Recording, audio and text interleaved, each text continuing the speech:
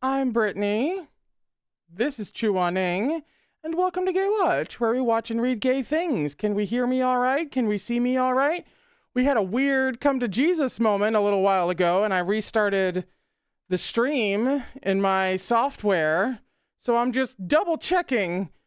Is everyone okay? Are we okay? We can see, we can hear, the voice doesn't sound weird, we're all right? Okay, if it does that again, then I'll just restart the stream like I did last time, and not in the way that would actually end this stream that you're on right here. Anyway, hello! Happy not Thanksgiving, because if you're here live, you're not celebrating Thanksgiving, and, you know, more power to you for that. Today, we continue reading Volume 9 of Erha. We're on page 93 for chapter 276, which is very lovingly titled, I'm Coming to the Grave with You. That's where we're starting today. We read for a couple of hours. We usually make it through about 40 to 50 pages. We take a break around halfway through so we can go back to the break room, which is exactly where you came from a couple seconds ago. And there are trigger warnings down in the description box for general overall triggers should you need to use them. There's also an evergreen link down there to the public Gaywatch Discord if you're looking for more chats about queer bookish things. And I saw Liv made a comment in the chat. I don't know what it was in reference to, but she said, I'll have to take a gander, and I misread that. And so I thought she said, I'll have to take a gender. And I was like, yeah, absolutely. More power to you. Everything's made up and the points don't matter. Like, take a gender. And then I realized that I accidentally misread. So that's your queer misread for the day. Outside of that, previously on Erha, Mo-Run was getting his shattered core extracted. That will probably kill him, and Chuaning is on the way, but he's not there yet. So who knows what's about to happen right now. That's what you missed on Glee. Let's read.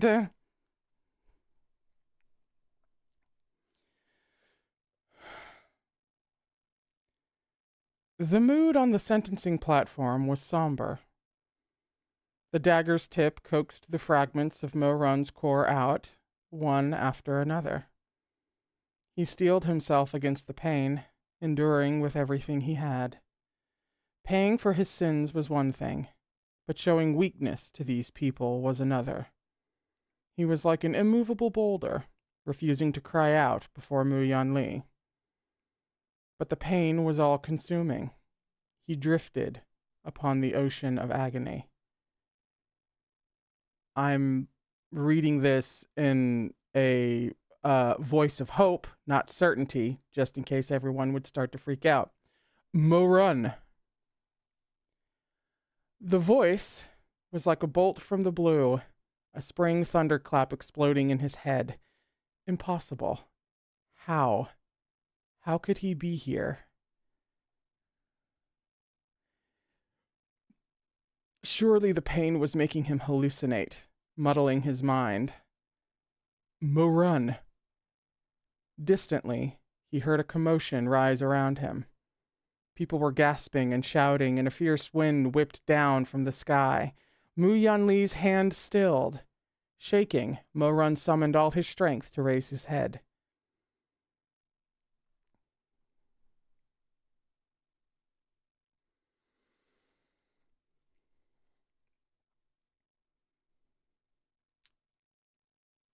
He saw his god on the back of a dragon, soaring down from the heavens.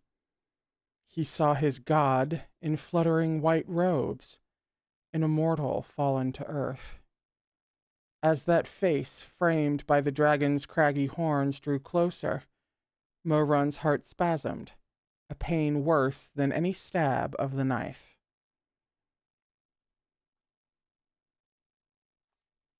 We're writing that down.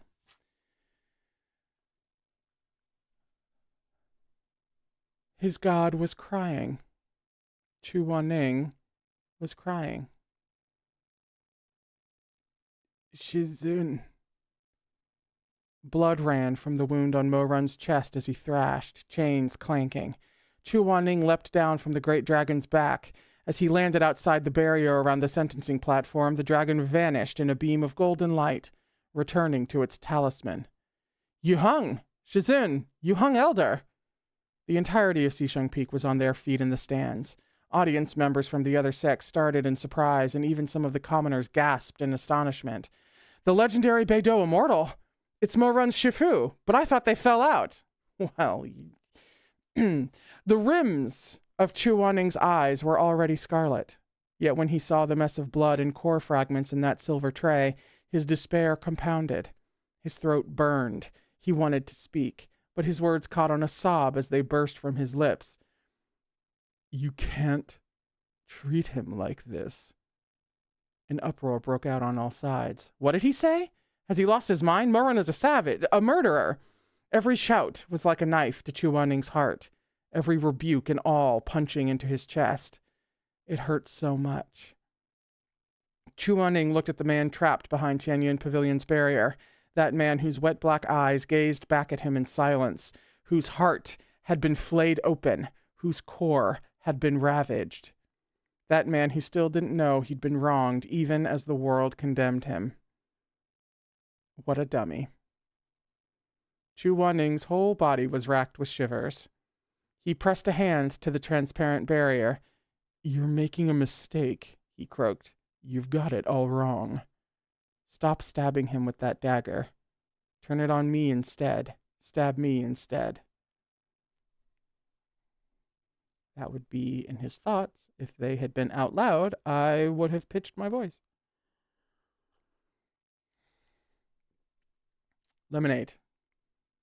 From my good friend Mike, by the way.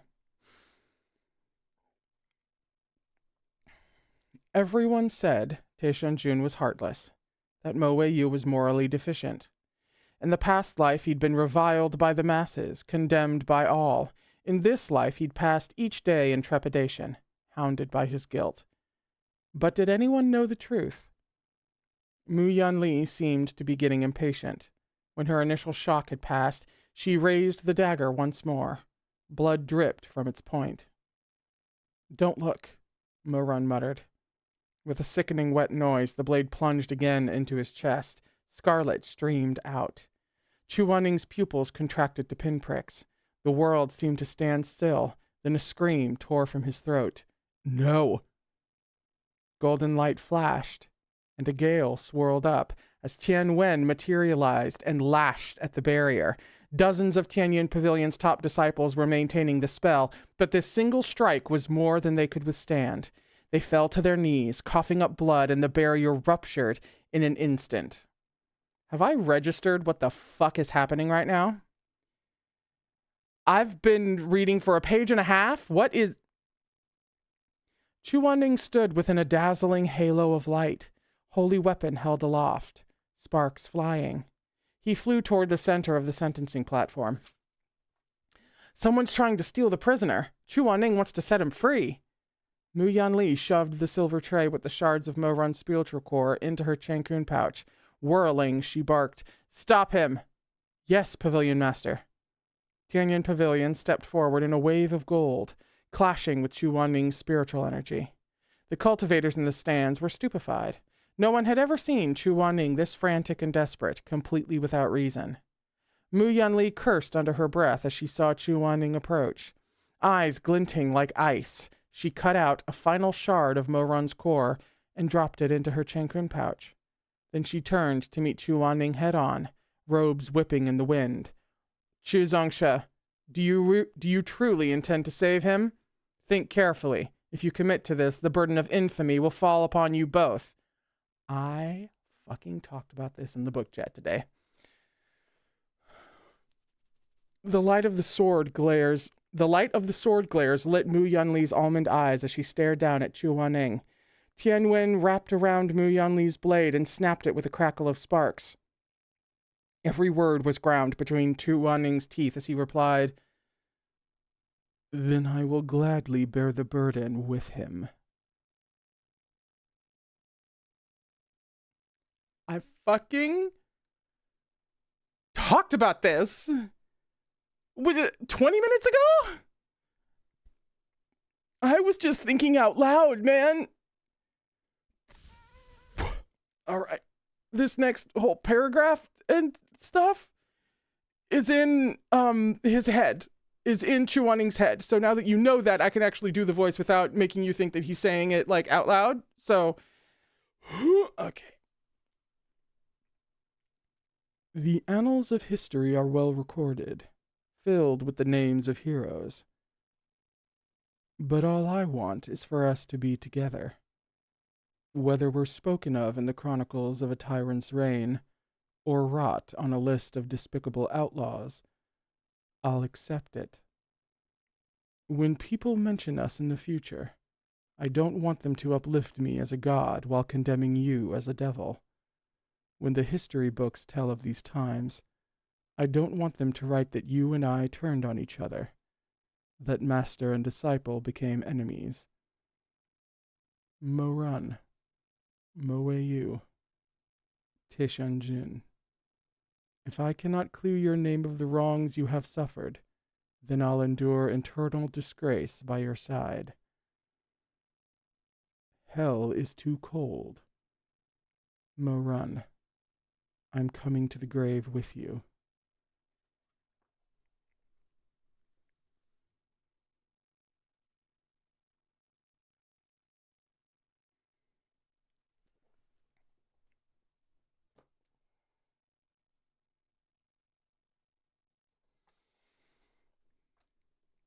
Blue is the one responsible for breaking up the chapters. Unless I'm mistaken. I'm pretty sure it's Blue. Fantastic work in breaking up the chapters for me so that I don't have to look at chapter titles and all of that. Like, it's the whole volume. We have the whole volume taken care of already. They impressed upon me the importance of following the chapter guidelines. All right. So this was, thank you, Blue. It was tux. It was tuxedo. Yes, it was. I remember now. It was tuxedo and love. Thank you, Blue. They have done this to me and you. They are the reason why the first 3 pages of today's stream were not a warm-up. There was no lubricant today. We're raw dogging it with the absolute unit. Anyway, in the swirling mist, the brilliant light of the battle dazzled the eyes of the combatants. Those on the stands and below them were even more disoriented. In the chaos, all they could make out were 2 metallic clangs as Tianwen broke the chains binding Mo-run.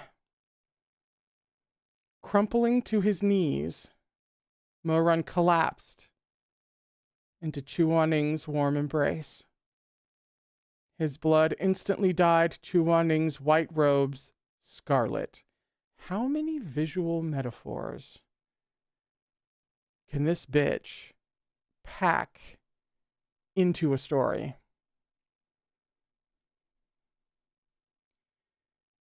Through it all, he hadn't shed a single tear. He hadn't let out a single sob when they pierced his heart. Now his composure crumbled at last. He raised shaking hands, only to lower them again. He wanted so badly to hold Chuaning, but he equally wanted to push him away. He desperately hoped to stay by Chuaning's side, yet he wished just as earnestly that Chuaning would never come to harm, that he would remain always pristine, untouched by his filth. He didn't know if he should put his arms around him, or if he should shrink away. It is coming to my understanding that if on a playlist for apparently any given ship, you could put the song Peace by Taylor Swift. On it, I will inevitably adore that ship. Canon or not, doesn't matter. Straight or gay, doesn't matter. Is it because I maybe identify with the sentiment in that song a little bit? Listen, that's not the point. The point is that Mo Run and Chu Wan-ning very solidly land in that category.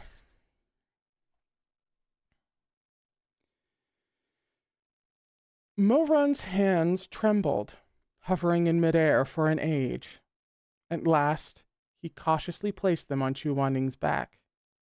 He wept. Shizin, why don't you blame me? Why are you saving me? Chu Wan-ning's heart ached like it would shatter. He wrapped his arms more tightly around Mo Run, heedless of the watching crowd. There was so much to say, but he didn't know where to begin. Let's get the fuck off this platform and to a place where no one can bother us for, well, the rest of our lives, but at least for like a week.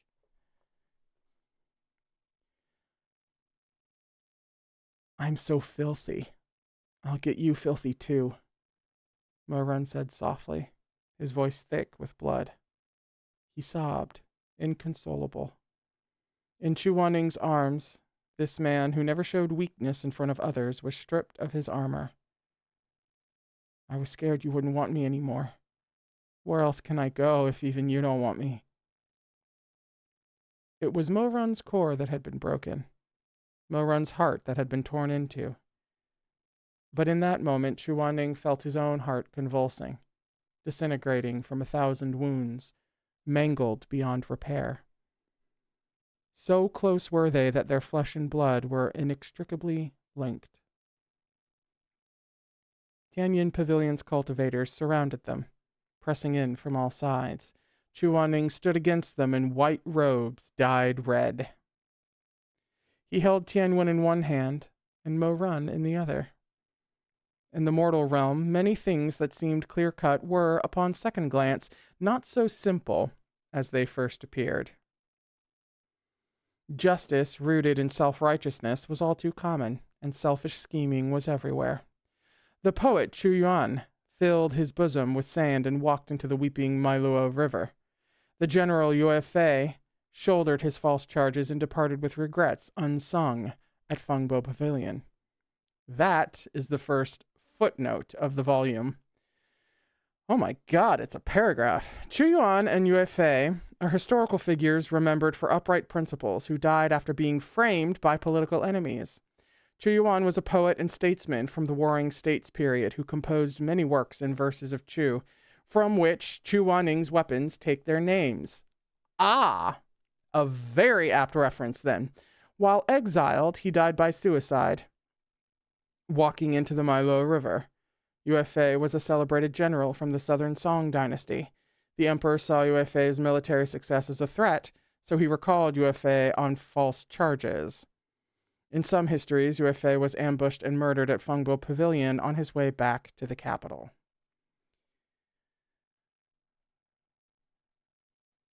Though history ultimately cleared their names, the same could not be said for countless young and innocent loyal hearts. Not every wrongful accusation could be refuted. Many victims were consigned to the dark without a chance to present the truth. Write that down. Holding Mo Run, Chu Wan-ning said softly, "You don't have to worry. I'd never abandon you. Shizin, I'll always be with you.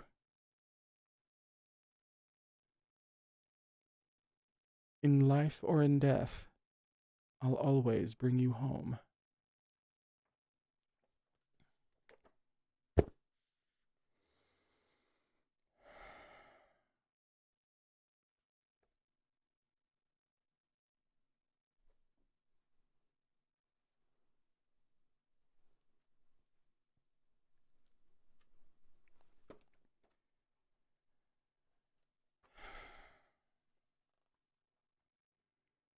With the disruption of the healing spell, Morun's awareness began to blur, and the pain in his heart worsened.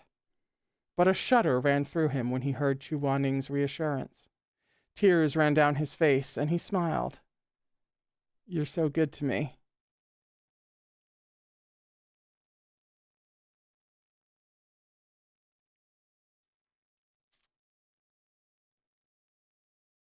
"My basket is full.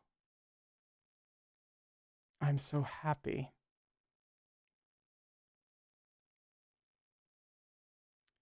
He paused, his voice thinning almost to nothing. "Shizin, I'm so tired. I'm cold." Fine shivers racked Chu Waning. He drew Morun closer still, passing a continuous stream of spiritual energy through the hand holding him. But it was futile. "Man, I just had this feeling like a paragraph ago, but there's kind of everything happening."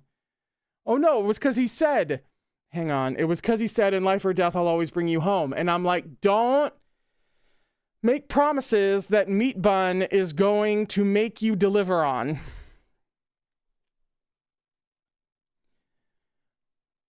Just as in the past life, when Taishyun-jun had held Chu Wanning himself, trying to save him as he sighed out his dying breaths at the summit of Kunlun Mountain, it was no use.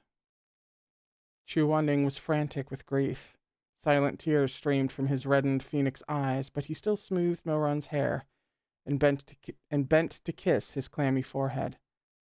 "Stay with me," he rasped. "Tell me, which basket do you mean?" At the edge of his awareness, he could feel that those around them were expressions of wariness, scorn, menace, hatred, and disgust. But so what? None of it mattered anymore. Not his reputation, not his dignity, nor his life. Over 2 lifetimes he'd watched Morun sink into the abyss, yet his hands had been tied. He felt only endless torment that he'd failed so wretchedly. He'd come too late.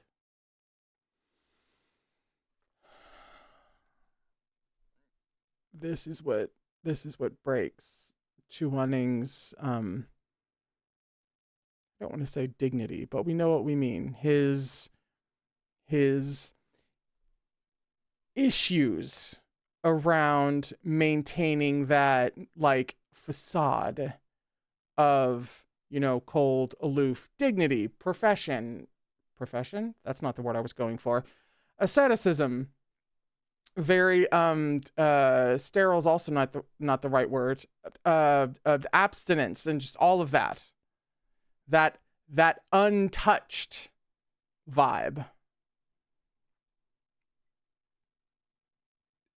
This is what breaks that.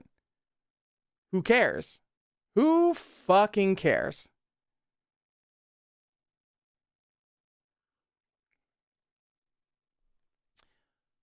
Does Chu Waning learn the lesson that Hua Binan doesn't?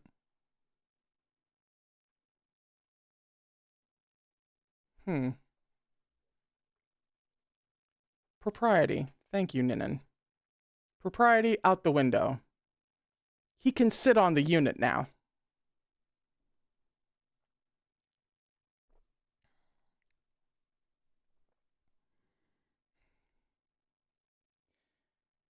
Morun's consciousness was fast fading. He was bleeding freely, and the warmth ran from his body with his blood.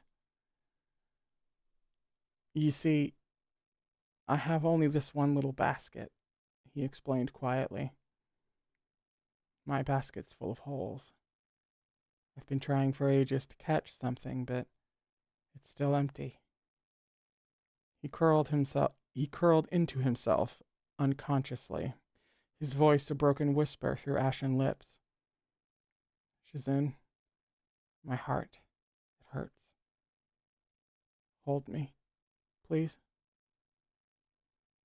Chu Waning's own heart throbbed unbearably. He murmured again and again, "I've got you. Pain, go away. But Morun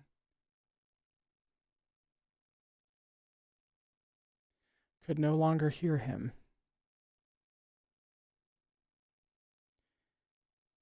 His mind was in chaos, everything a mess. He was once again that helpless child freezing and starving in a ramshackle shed. He was that sobbing, howling child kneeling beside his mother's rotting corpse in a mass grave. He was Emperor Taishanjin, unable to return to the past, that solitary silhouette beneath the heaven-piercing tower. He was the wandering Mozongsha, waiting for Chu Waning's souls to return. That man curled up in his bed on a rainy night, his pillows soaked with tears. It hurts. It hurts so much. Shizun, have I paid my debts? Am I clean yet? The world blurred. Shizun. At last, his voice. The voice of that boy, that youth, that monster, that tyrant, that little disciple, cracked on a sob and faded like a wisp of smoke. It's so dark. I'm scared. I want to go home. Chu Waning was hanging on Morun's every word. At this, a sob racked him, stealing his breath away. Once again, we have a paragraph inside Chu Waning's head.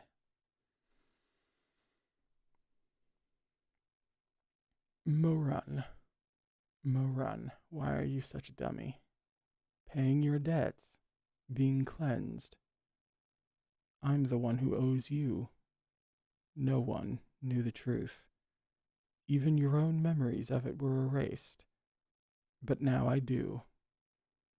I know how you sacrificed 2 lifetimes to protect me, even though you'd been my disciple only a few months when the choice was before you. You bore infamy, condemnation, and slander. You were dragged into madness, bloodlust, and filth. If not for you, the person kneeling on the platform of repentance today would be me. The person whose heart was carved out would be me. Emperor Taishanjun had sacrificed his souls to protect Yuheng of the night sky. From that point on, one had tumbled into the darkness, while the other had lingered in the light. All of it was wrong. Tianyin Pavilion's forces burst from the skies like panthers pouncing upon a long-awaited kill. I just accidentally glanced down the page.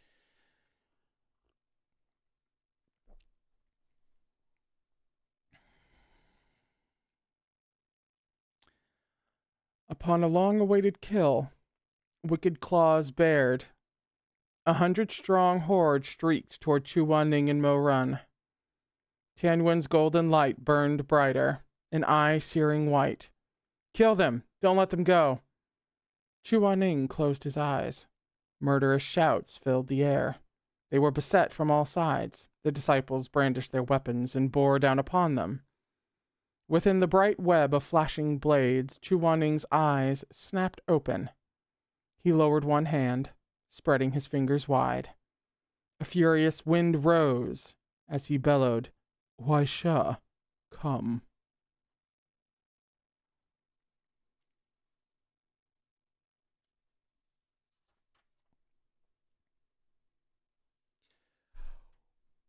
What? All right. That was the end of the chapter. Okay. That was the end of the chapter. That was the end of the, all right. I can check the interior of the car. Okay, it's that time? That's early. All right. We're on page 103 for chapter 277, which is called This Venerable One is So Lonesome.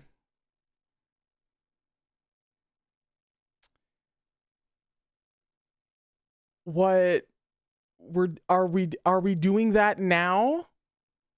Somehow? I don't know. Interior color art. Yeah, hang on. Let me. No. That's just the cover. Hang on. I think I saw what you did. Oh. See? I was wondering why we hadn't gotten to art in this, like, the most climactic moment, or one of them. I was like, huh, we didn't get art. I stand corrected.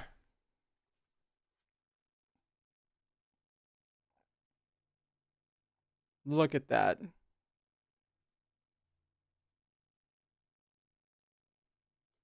Look at that.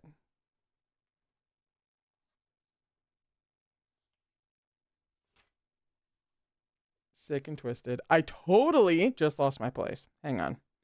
I'm getting there. We're at like 100 something. Early hundreds. Yeah. 277. I'm there.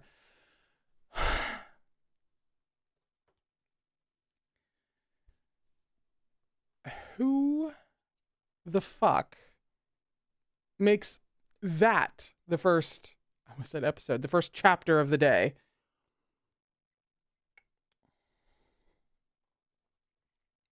Hang on.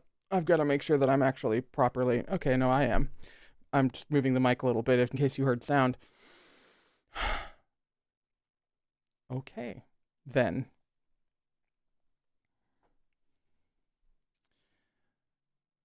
In answer to his summons, a vicious blade wreathed in coruscating golden light burst into existence in his hand. Everyone's jaws dropped. Tanyan Pavilion's high-level disciples first stepped back in alarm, then squared their shoulders to meet him. "Don't retreat," one of them shouted. "We can't let them go. Evil must be vanquished. Pull it out by the roots." Both sides had advanced too far to withdraw. The atmosphere crackled with tension. Now! The platform exploded with light and sound like water falling into a pot of sizzling oil. A flurry of spells and sharp blades whirled toward the center where Chu Wanning held Mo-Run. Chu Wanning parried with Huaisha, its piercing golden light repulsing each blow. He stood alone against that rushing tide of cultivators. His phoenix eyes, reflecting the sword glares and spattering blood, were eerily calm. Great! Because I'm not. I've flown into a million pieces. Exploded, you might say. To guard Mo-Run, he would offer up his sword, his body, his life, and all his innocence from this point onward. No one would listen to his explanations. No one would allow these two desperate, trapped beasts a path of escape. There was no hope, no salvation, no faith, no light. All they had left was one another.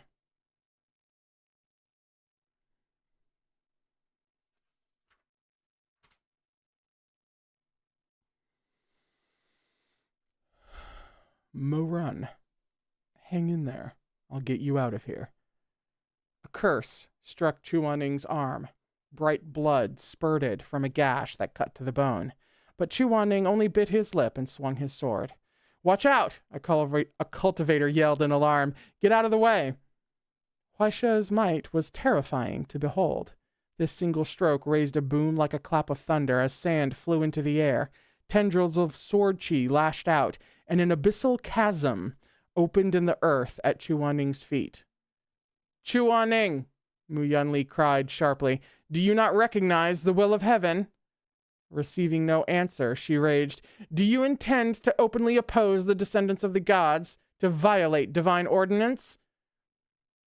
"Stand down, Beidou Immortal," someone shouted from the crowd of spectators. "Do you want to become a criminal within the cultivation realm?" Huaisha's explosive spiritual energy prevented anyone from drawing closer. Chu Wanning turned his face a fraction to glance at Tanyan Pavilion's forces. "I already am," he said. He didn't have to, like, be hot about it, all right? There's a lot going on. My brain is in about upteen bajillion different places. He didn't have to go there with it, okay? Gritting his teeth, he turned back and hefted Mo-Run's bleeding, barely conscious form over his shoulder. Don't be afraid, he rasped. It's over. We're leaving. We're going home. I'll bring you home. Yet when he looked around, the road before him was paved with the corpses of Tianyin Pavilion's cultivators. Behind their broken bodies stood another rank of scarlet-eyed soldiers, ready to put their lives on the line. And where was home? They had no place to go. Nowhere but hell would be willing to take them in. Chu Wanning had no idea how many he'd killed by the time he won himself free of the fray.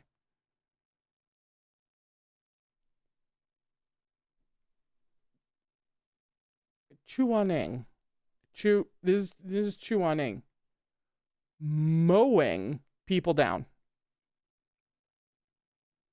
Because fuck you, I'm leaving with my man. That's why.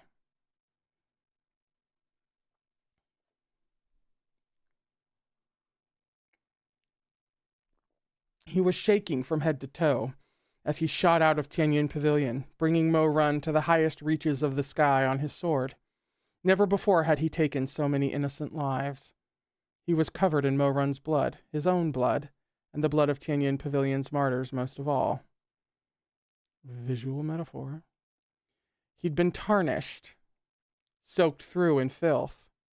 He could never wash himself clean. Mists drifted before his eyes, the world a boundless blur. Where should they go? Mount Jiao was not an option. Dragonblood Mountain was no longer safe. Xisheng Peak. How could he bear to involve Xisheng Peak any further? We read literally 2 days ago. I think it was 2 days ago. Maybe it was a week ago. We literally just read about how a person does something good and everyone they associate with must therefore do something good. But if a person is thought to have done something bad, everyone around them is painted with the same brush. So what the fuck does happen to Xisheng Peak? Shizin. A hoarse whimper by his ear.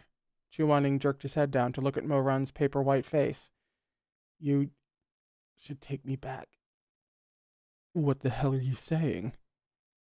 Mo-Run shook his head. You came for me. You didn't abandon me. With great effort, he bent his mouth in a smile despite the faltering light in his eyes. That's more than enough. I have a home. It's enough. Take me back. I mean it. You still have a way out. His voice grew fainter, his lashes drooping, but still he gripped Chu Wanning's sleeve and mumbled, You still have a way out. I don't. Chu Wanning's heart felt like it was being sliced in two. Grabbing Mo-Run's ice-cold hand, he shifted his weight so he could wrap his arms all the way around Mo-Run. I don't have a way out. I'm not going anywhere. Mo-Run fell silent. I'll stay with you. Had Chu Wanning voiced such words in the past, Mo-Run would have lost his mind with joy. But now he only felt lost and bewildered. He lifted a hand, but that was all he had the strength to do. His robes were sodden with blood. Mo-Run lost consciousness at last, sagging in Chu Wanning's arms. Chu Wanning clutched at that body that was weakening by the minute and couldn't stand to keep going. He didn't know whether or not more forces were tailing them or how long it might take them to catch up. He brought Huaisha down and landed on a nearby hill. His hands were trembling violently. He fumbled several times before managing to pull open Mo-Run's collar. A gaping, bloody hole had been opened over his heart. A small explosion seemed to go off in Chu Wanning's head. He didn't have the courage to look at Mo-Run's face again. He suddenly remembered that Mo-Run had guarded his corpse for 2 full years in the past lifetime. How must he have felt through each of the long days and nights over those 2 endless years? Don't go, Mo-Run. Chu Wanning folded his hands together and pressed his palms over the wound, funneling a steady stream of spiritual energy into Mo-Run's body. He crouched protectively over him, like two flayed beasts, both soaked in gore, clinging to their last breaths. As their judgment day drew nigh, their blood and flesh intermingled. You can't go. You didn't do anything wrong. You never did anything wrong. Mo run. Mo run. Mo, the darkness of ink. Run, the brightness of fire. He'd striven toward the light all his life, yet in the end, he couldn't escape the clutches of the night. Mo, the darkness of ink. As in the name he took in order to go to Xishang Peak. The family name he got saddled with as a mark of the first and kind of really only time he did anything like super questionable. I can't speak. So the first time he was marred, you might say, is Mo. Run, given to him by his mother, is the brightness of fire. Just thought I'd recap that.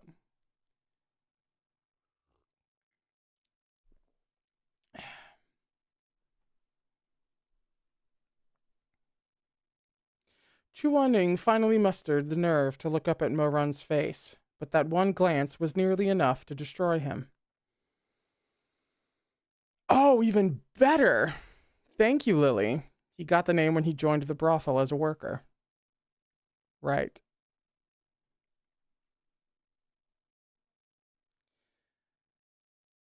Chu Wanning finally mustered the nerve to look up at Mo Run's face, but that one glance was nearly enough to destroy him. Mo Run's complexion lacked any hint of vitality, shockingly white and streaked with blood. Cuts and scrapes crisscrossed his brow from the stones onlookers had thrown to him. The sight broke him. Kneeling in front of Mo Run, he buried his head in his arms and wept inconsolably. Agony bored through his chest. Was this the same youth who'd come to him beneath the heaven-piercing tower, who'd flashed him that bright and lively smile and said, "Shanjun, Shanjun, pay attention to me"? Why? Why was there so much blood?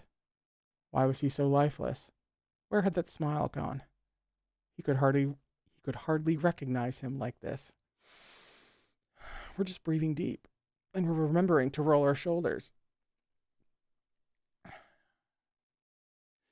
What wrong had Mo Wei-yu committed for him to bear such sorrow and suffering throughout his life? Was it because he had nothing and no one to rely on that even fate had decided to torment him? He'd lived always on the fringes, trying so hard to present the world with a smile, only for everyone to declare his face abhorrent. Seeing him now, who would guess that such a lowly heap of dirt had once flourished at the height of spring?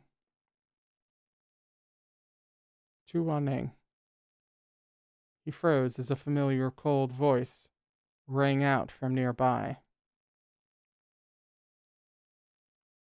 Who would have guessed you'd willingly ruin your reputation to save him? Oh, see, this is why I try not to make presumptions. Who would have guessed you'd willingly ruin your reputation to save him? Chu Wanning's head jerked up. A man's tall, well-built silhouette stalked toward them with unhurried steps, his back to the sun.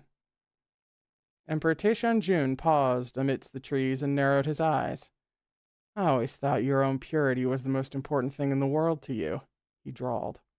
I never expected you'd tarnish yourself for him.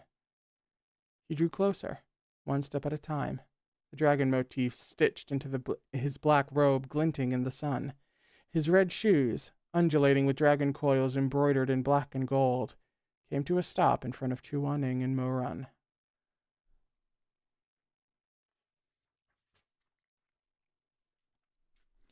Chu Wanning shot to his feet, gold gathering in his palm as he instinctively summoned Tian Wen.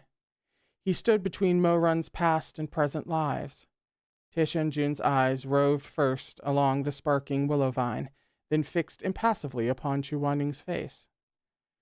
He looked as if he'd been fished out of a pool of blood. Not a single inch of his robes remained white.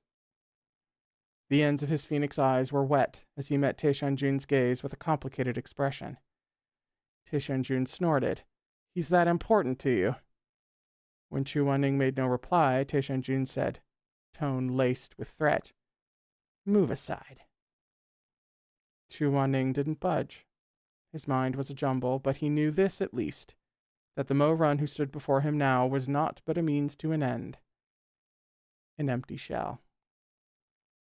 The empty shell continued to smile, lips hooking cruelly. "What? You think you can stop this venerable one just by standing there?" "I'm taking him away." "To where?" A simple question, but one that slipped between Chu Wanning's ribs like a knife prying open a clam.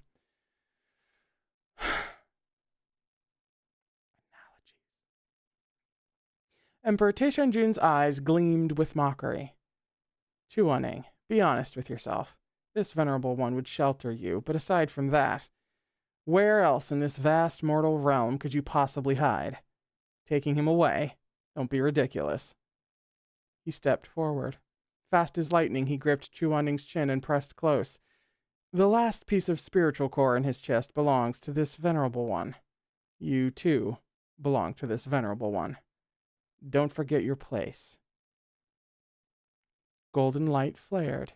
Taishanjun leapt back, his cheeks stinging. He reached up and found that Tianwen had left an angry gash under his temple. Black blood dripped along his jawline as he looked up darkly. It was hard to say if his expression held more of fury or delight. He wrinkled his nose, features twisting. "Good. Wonderful." He chuckled humorlessly and swept back his sleeves, black robes rippling like storm clouds. To think this venerable one would face Tianwen again after so many years. Taishanjun lifted slender fingers to wipe the blood from his cheek and fixed shadowy eyes on Chu Wanning. This venerable one has missed it so. Behind Chu Wanning, Mo Run was clinging to life by a thread. A single wasted moment could spell his doom. Chu Wanning's heart was in turmoil, but he couldn't waste any more words with Taishanjun. "Tianwen. 10,000 coffins."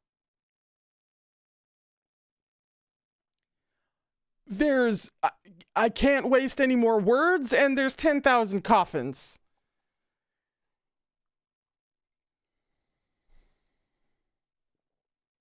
Taishanjun swore under his breath.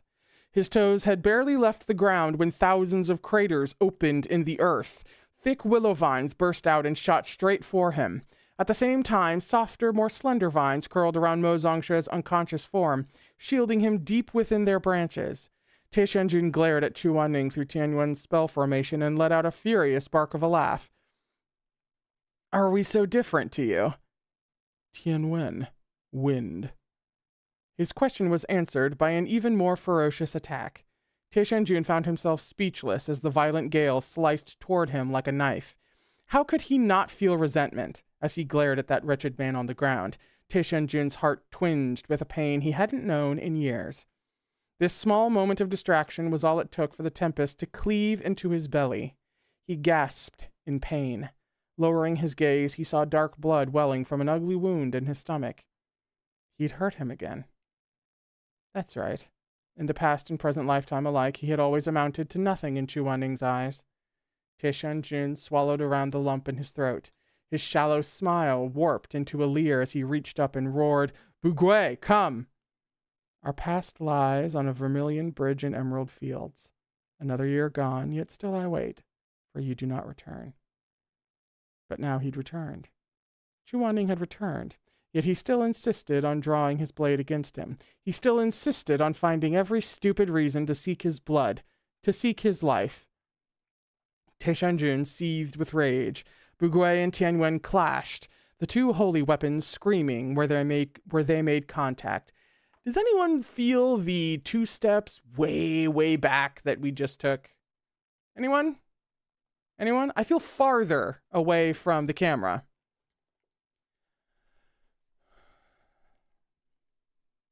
Two lifetimes had passed since these weapons met in their final duel. The inscription on Bugui's hilt had long faded. Like the past once shared by Taisha and Jun and the Beidou immortal, it had been lost to the sands of time. Beams of gold and jade-green light crashed against each other, consumed by hatred yet inseparably entwined. Amidst the flash of their weapons, Taisha and Jun stared at the face before him, covered in blood, expression inscrutable. Alive. His heart was seized by an overbearing fury, a burning anguish. Gritting his teeth, he said sullenly, "We're the same person, so why are you fighting me for his sake?" Chu Wanning didn't know what to say. What reply would be of any use against this revenant? But perhaps the sunlight was so dazzling it was making him see things. For a moment, Taisha and Jun's eyes seemed heavy with sorrow.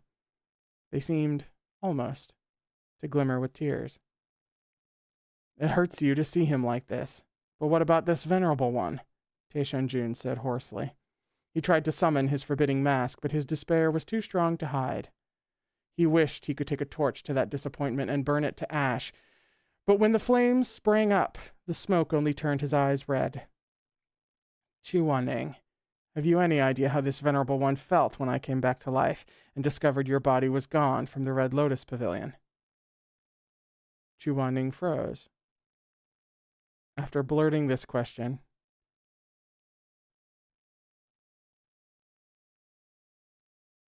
yeah, no, that tracks. That makes sense. We would assume this. Yes? Yeah. Hang on. Hold, please.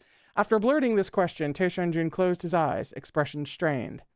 Anger, humiliation, pain, and obsession had pushed him to the brink of sanity. The brink! The brink of sanity! Sweetie? Look behind you. The brink is back there. You got pushed way past it.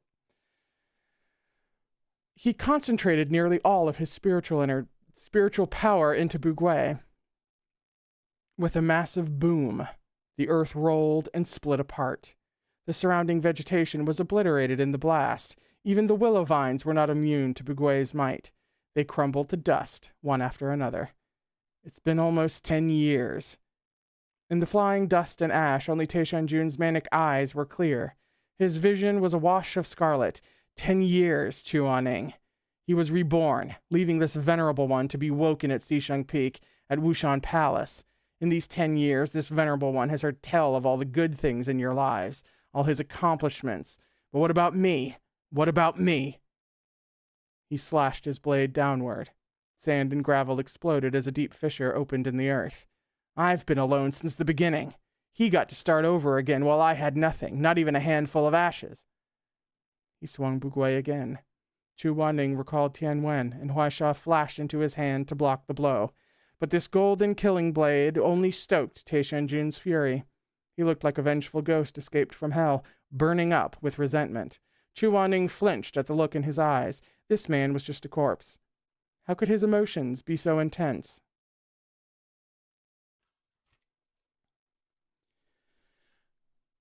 What did I do to deserve this? Well, depending on how far back you go. Actually, no, that's not true. Nothing! Emperor.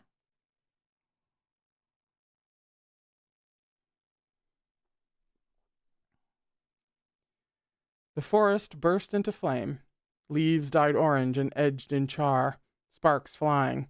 Yet suddenly Taisha and Jun doused his spiritual energy. In a whirl of black robes, he sprang backward and landed within the ruined foliage. Chu Wanning watched in confusion. He saw Taisha and Jun close his eyes, those dense black lashes pressed to that unnaturally pale face. What did I do to deserve this? Mumbled Taisha and Jun again. The ground trembled faintly. Chu Wanning blanched, whipping around. Mo run! As he dashed over to shield Mo run, he heard Taisha and Jun utter 4 chilling words. Jiangwei. 10,000 coffins.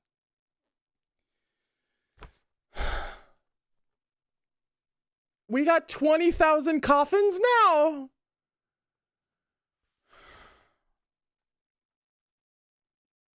A colossal eruption rocked the earth. All the blood in Chu Wanning's body ran cold. The willow vine. Taisha and Jun and Mo Weiyu were the same person, after all. Just as Mo Wei Yu could summon Bugui, so too could Taishan Jun summon Jiangui. Massive vines burst from the soil, coiling around Chu Wanning's limbs and torso.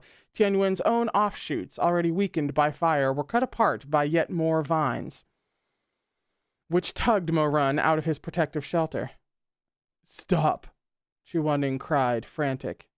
Ignoring him, Taishan Jun soared gracefully over to Mo Run and looked coolly down at that face, identical to his own. His gaze drifted downward to fix upon Mo Run's mangled chest. Tian Wen, Chu Wanning roared. But Tian Wen and Jiangui were holy weapons of the same type. Without looking up, Taishan Jun lifted a hand to send Jiangui's fiery red tendrils to tangle with the recovered golden vine. Neither would easily gain the upper hand. Chu Wanning's lips were ashen, and tendons protruded on his hands. He strained with all his might against Jiangui's confines. Confines. Can I put emphasis on anything at the moment other than my obliterated psyche? Taishan Jun shot him a glance, a complicated look in his eyes. His thin lips parted around a low sigh. Chu Wanning, you really care so much for him. He raised a hand and lunged for Mo Run's chest. If only he could get that last scrap of spiritual core, he could return to an approximation of life. He was the real Emperor Taishan Jun, the real Mo Wei Yu. He was the man who deserved to have all his heart's desires fulfilled after enduring a decade of loneliness. He was the one who deserved to live. But as his hand streaked toward Mo Run's wound, a beam of gold light whizzed past and pierced clean through Taishan Jun's palm. Black blood dribbled out. Taishan Jun stared at Tian Wen's tendril, still boring through his hand, his face completely blank. What did he feel? Pain? Disappointment? Anger? He'd experienced such emotions so often, and with such intensity, that he had perhaps already grown numb to them. At last, he slowly turned his head. He stared calmly at the man bound within Jiangui's coils, whose breath came in harsh pants, whose eyes were obstinate and unyielding. Taishan Jun barely seemed to register the blood running down his hand.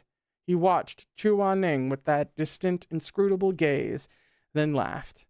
Chu Wanning. Silence. Why don't you just cut out my heart? Chu Wanning was shaking. It was as though Jiangui had sprouted thousands of sharp thorns that were pricking every inch of his body. His sword-like brows drew together, phoenix eyes filled with pain beneath dark lashes. Without looking away, Taishan Jun channeled spiritual energy into his palm and severed that willow vine. He was no longer so preoccupied with carving Mo Run's beating heart out of his chest. He walked toward Chu Wanning, each step deliberate. When he was close enough, he stroked Chu Wanning's pale face with his bleeding hand. I asked you a question, he said, his nonchalant tone belying his spiteful words. If you're so ruthless, why don't you just cut out my heart?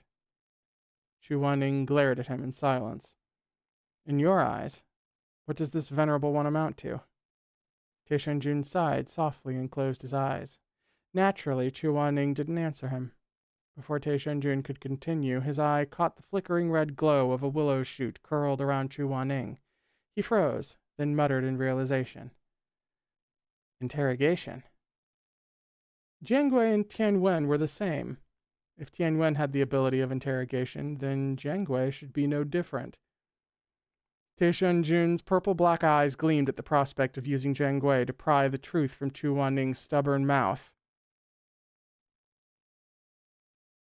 His lips parted eagerly, only to press together once more, as though he hadn't decided what to ask. Only after a long beat did he begin haltingly. If this venerable one wants to know if... The question was mortifying, but given this heaven-sent opportunity, he'd regret it forever if he didn't ask. He hesitated for a long time before his features settled into a look of determination. Avoiding Chu Wanning's eyes, he said slowly, If, in the past life, if this venerable one had died earlier, died before you. Jiangui's radiance grew, as if the vine was readying itself to squeeze the truth from the man within its coils. Taishan Jun looked up. Would you still remember this venerable one.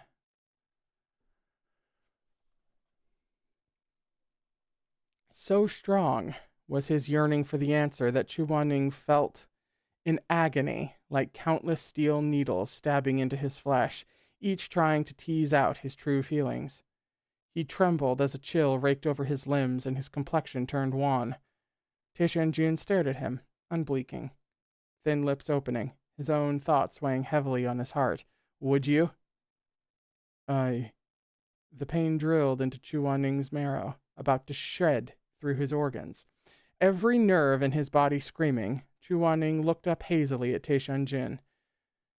Through his watering eyes, that handsome face was so familiar, tinged with ardent longing, perhaps even deep sentiment. It so resembled the face from that moonlit night so long ago, on that sword above the waves of Flying Flower Isle, when Moran had taken his hand and said, "I like you." "And you?" Tears brimmed in Chuaning's eyes. Consciousness flickering, he rasped, "That wouldn't happen." Perhaps his voice was too quiet. Or perhaps it was for another reason entirely that Tianjun leaned closer, his own face practically touching Chuaning's sweat-drenched, pallid features. What wouldn't happen? That wouldn't happen. Chuaning lowered his lashes, warm wetness gathering beneath them. I'd never let you die before me. Tianjun froze. I'm sorry. Chuaning's voice was as hoarse and broken as a shattered shin. I'm the one who didn't protect you properly.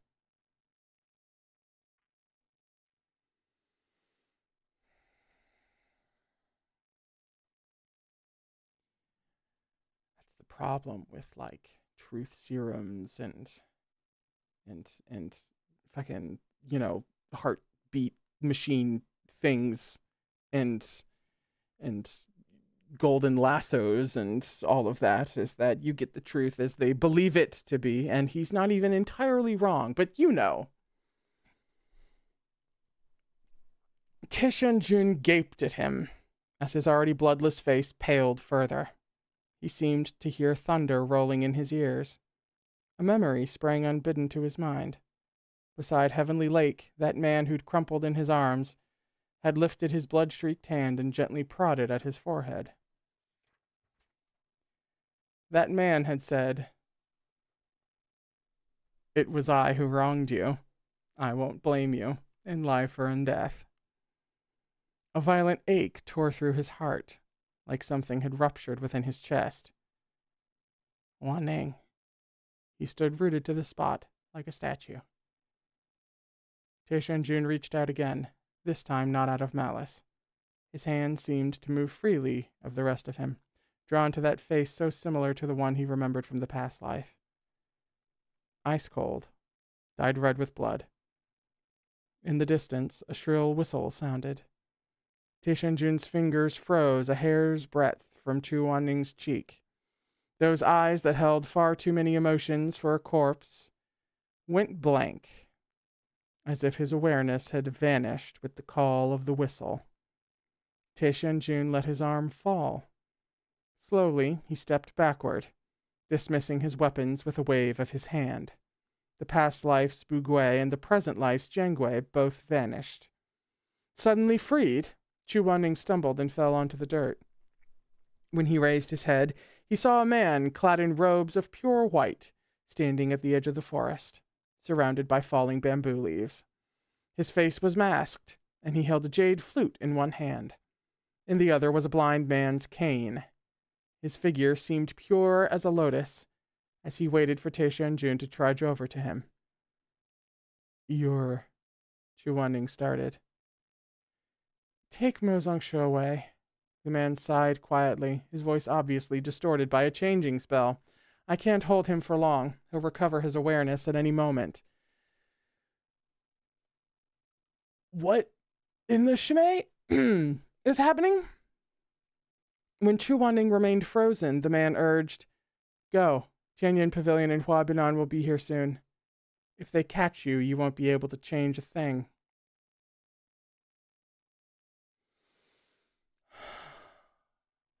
Horrifically timed help.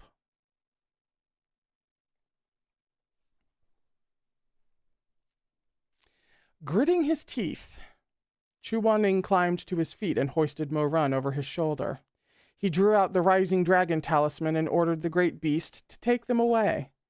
Just as the dragon raised its head to launch into the sky, Chu Wanning turned, taking one last glance at the man in the depths of the bamboo forest.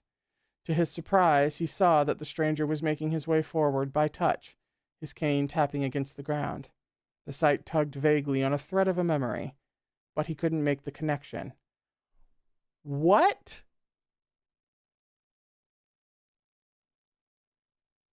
Was he there? Whenever she says shit like that.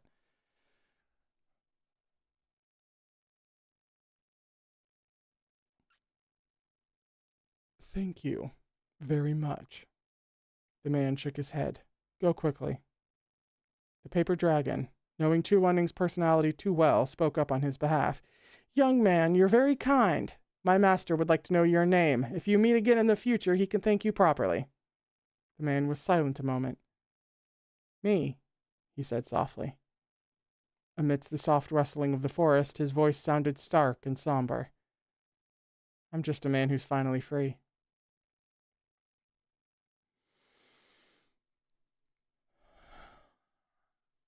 The paper dragon was unsatisfied, but Chu Wanning sensed the stranger wouldn't reveal his identity.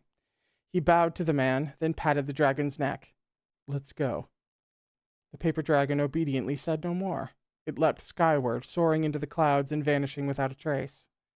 As the wind gusted through the bamboo, that masked, white-clad man stood calmly in place for several quiet minutes. He waited for the gale to die down, for his surroundings to become tranquil once more. Only then did he lift his face toward the heavens he would never again see, toward that figure he would never again look upon, and say quietly, The disciple Shimei wishes... The disciple Shimei wishes Shizun well.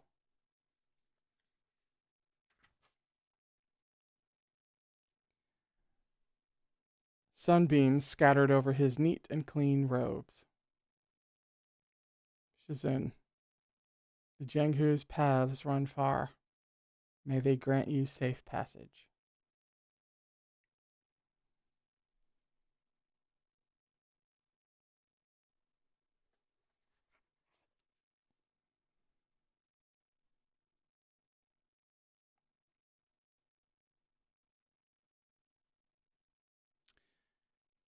Particularly cruel of the artists, I feel.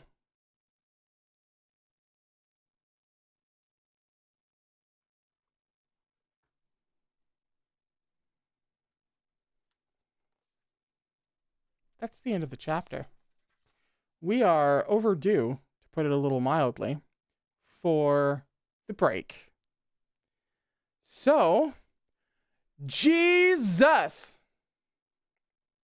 We're on page 121. For the beginning of a new arc called Xishang Peak.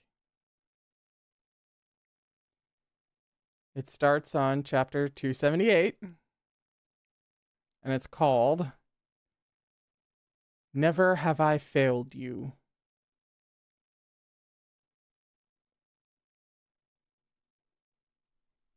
All right. Okay.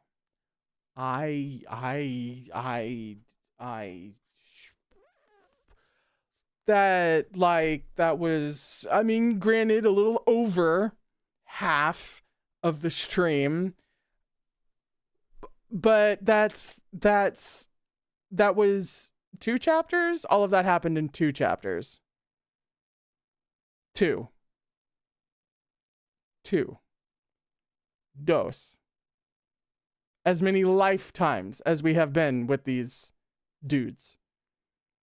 As many steps that we took back just now with Taishan Jin. 2 chapters. 2. I'll be back in just a few minutes. Give the stream a like if you're having a time. Please enjoy the break room. Seek peace and comfort within Mehan Shuel, and I'll return in a few minutes after I've unclenched my shoulders and maybe screamed into a pillow. Alrighty?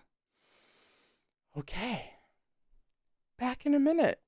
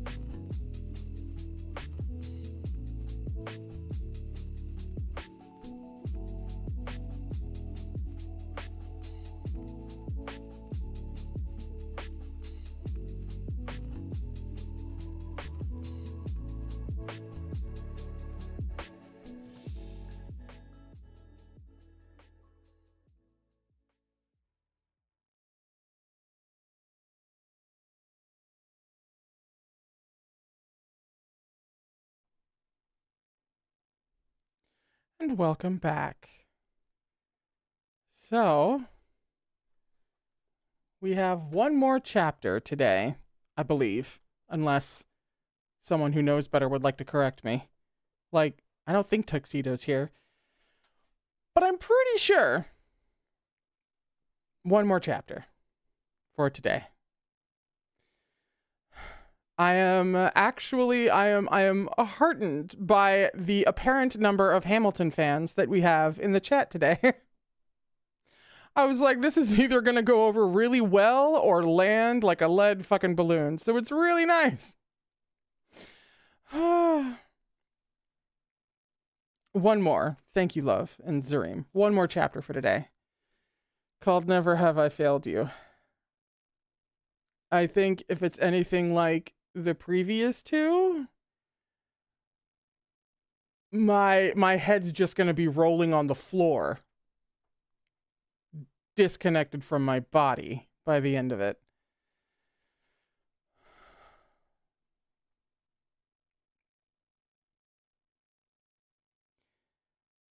Both the upper and lower cultivation realms were abuzz with the shocking news. For the first time in history, a prisoner had been stolen from the sentencing grounds of the vaunted Tianyin Pavilion. Not only that, but the thief in question was the world's foremost zongsha, Chu Wanning. He'd killed 11 of Tianyin Pavilion's most skilled disciples and injured 100 more before whisking the convicted criminal Mo Wei-yu away to heaven knew where. Some said Chu Wanning must have lost his mind, while others said he and Mo Wei-yu were the same, both beasts in human clothing. Still others had a different take on the situation. Those who had been close to the action had witnessed several details that had them exclaiming in anger. Something about Chuaning and Mo Run's relationship was fishy. There was definitely something going on between them, something too dirty to name. Regardless of the fervor with which such gossip spread, Chuaning and Mo Weiyu did not show themselves in the Jianghu. No one knew their whereabouts. The world's most upright Zongsha had stolen the world's most sinister villain, and both had vanished without a trace. You know, for other writers, this is the start of a story. Beyond the wooden frame of a half-open window, snow flurries drifted down. The ground beneath the window was green with moss and scattered with a few withered petals. 4 days had passed since the uproar at Tianyin Pavilion. The realm had been thrown into chaos, and everyone had made their own judgments. Only here, in this cabin nestled within the empty mountains, was there still some semblance of peace. A man walked out of the quiet depths of the forest and into the vivid scene bracketed by the window frame. He held a large oil paper umbrella aloft and carried an armful of firewood. Pushing open the door, he entered the cabin. The room was very cold. He piled the wood next to the hearth, then added smaller scraps of kindling to the stove. A feeble fire flickered to life. God, I'm hoping that's another visual metaphor. This cabin, having been abandoned for quite some time, was in a state of disrepair. Although it was tidy enough, a musty smell hung in the air. The man retrieved a dew-laden branch of white wintersweet from his pile and placed it next to the bed frame. Chuaning sat down, studying the figure on the narrow bed. 4 days had passed, but he had yet to wake. Since escaping from Taishanjun, Chuaning had drawn upon all his knowledge of techniques from the past lifetime and his still bountiful spiritual energy from the present one to keep Mo Run alive. Yet even after all this, Mo Run was unconscious and frail, his spiritual core beyond repair. My Shizun... there's only one person who could speak right now. My Shizun built this cabin on his travels. I thought it sounded familiar. You can tell by this... okay. You'll have noticed that I'm not like sobbing my eyes out. It's because, yet again, I've been propelled past the capacity for human emotion and looped back around to seemingly normal. But don't let this fool you. Abnormal. You can tell by the smell. It's been a long time since anyone's lived here. Chuaning gazed intently down at Mo Run's face. I know you don't like incense, but at least you don't mind flowers. I picked a branch of wintersweet. It'll stay fresh for a long time. Mo Run lay unmoving, his lashes tight against pale cheeks. His sleeping form looked so tranquil, as if embodying the peace he'd so rarely known in life. He had spent the past few days sleeping soundly. After Chuaning finished attending to his requisite chores and tasks, he spent every spare moment at Mo Run's bedside, speaking to him. Whenever the two of them had been together in the past, Mo Run had done most of the talking while Chuaning listened. Sorry, I'm just cluing in. They're secluded. They're out in fuck knows where. They're completely and entirely alone, and nobody knows where they are. Which means when Mo Run wakes up,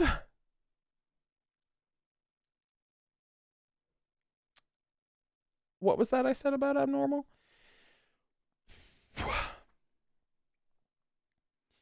How could he have known that someday they would switch roles like this? I've reinforced the barriers outside and set up wards. No one will find us here, said Chuaning. I've brought back firewood and food too. We have nothing to worry about for the time being. Good. You guys have one or two things to talk about.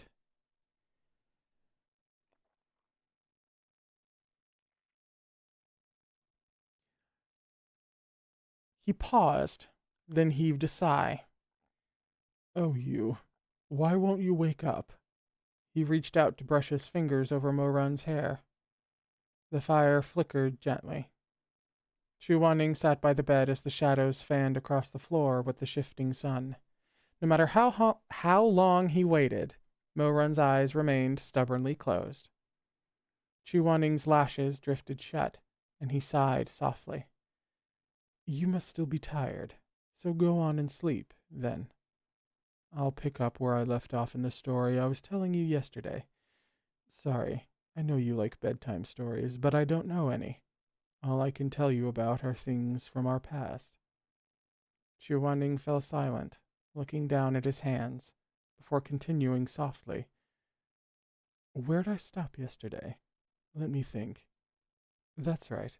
I told you about how I discovered the goo flower in the past lifetime. How I wanted to pull it out of your heart. But the flower of eightfold sorrows was already too deeply rooted. There was nothing I could do. In this lifetime, I finally stopped the curse. I never thought things would end up like this. You better fucking... We can't. Morun can't. He can't, like, hear or anything. Because, like, if Morun finds out while unconscious, then you...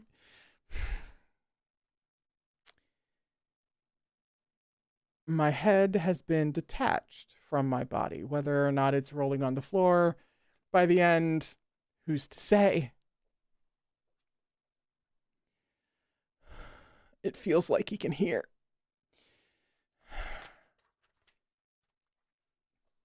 He touched the back of Morun's hand. It was freezing. Chu Wanning spoke quietly to Morun just like this, holding his hand. Both because of outside schemes and their own innate personalities, there were too many sentiments they'd never expressed openly. They'd squandered so many chances, passing by each other like strangers. Chu Wanning regretted this deeply. How would things have changed if they'd spoken more honestly?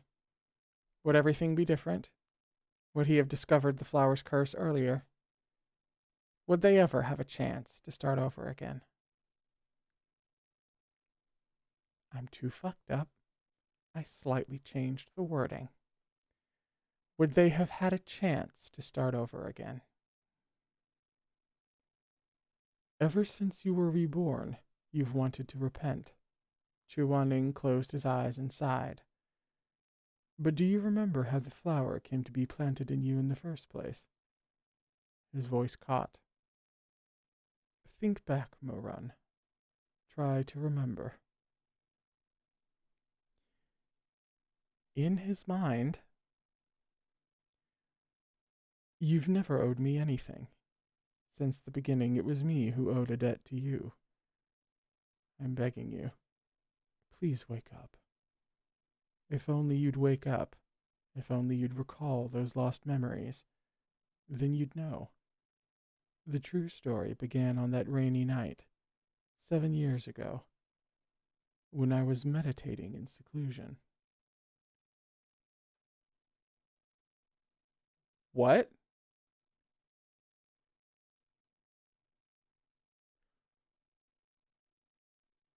What? That's a scene break. What? We're about to go into a flashback. What?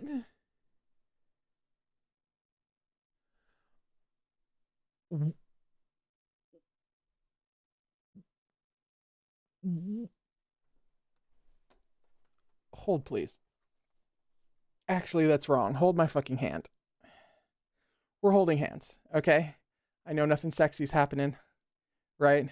We're not like bonding in the way that we sometimes do. But we're holding hands. Because what the fuck? What? What?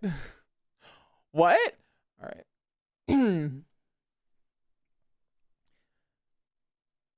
The day Morun had exchanged his fate for Chuaning's had been an ordinary one.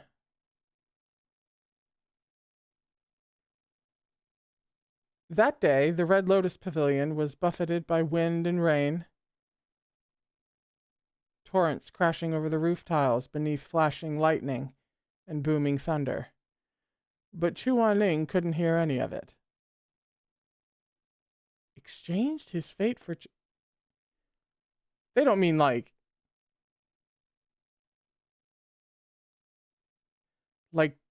Chuaning to... I should probably let them finish their sentence. It had happened to be the year Chuaning needed to cultivate in seclusion to shore up his weakened spiritual core, wanting his disciples to be at ease while they kept watch over him. He cast a silencing spell on himself before entering seclusion. Then he calmly sat down, cross-legged in the center of the pavilion, and cast his mind into nothingness. Because of this, he had not witnessed the violent struggle that had played out right in front of him. On that day, amidst the howling wind, Mo-Run and Shimei had stared each other down within the Red Lotus Pavilion. Mo-Run's face had been pale as bone, while Shimei's expression was dark and sinister. The truth Chuaning had never known had unfolded slowly as the rain poured around them. Mo-Run had only recently become Chuaning's disciple when the time for his seclusion came around. Because of the punishment he'd received for accidentally plucking Madame Wang's prized high-tongue blossom. I feel like that's important, so I'm going to repeat it. Because of the punishment he'd received for accidentally plucking Madame Wang's prized high-tongue blossom, Mo-Run had felt wronged and embarrassed. He'd announced he wouldn't be able to look after his Shizun properly, and so didn't wish to attend to him. Of course, words said by a youth in a moment of anger were not to be taken seriously. After 2 nights had passed, Mo-Run still remembered Chuaning's kindness more than his own grudges. He pushed down the glumness in his heart and set out for the Red Lotus Pavilion, intending to take over the rest of Shimei's shift.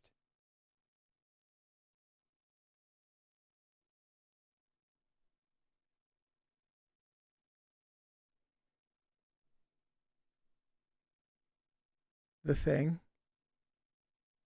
thing that we saw that first time we had really definitive proof to suspect Shimei.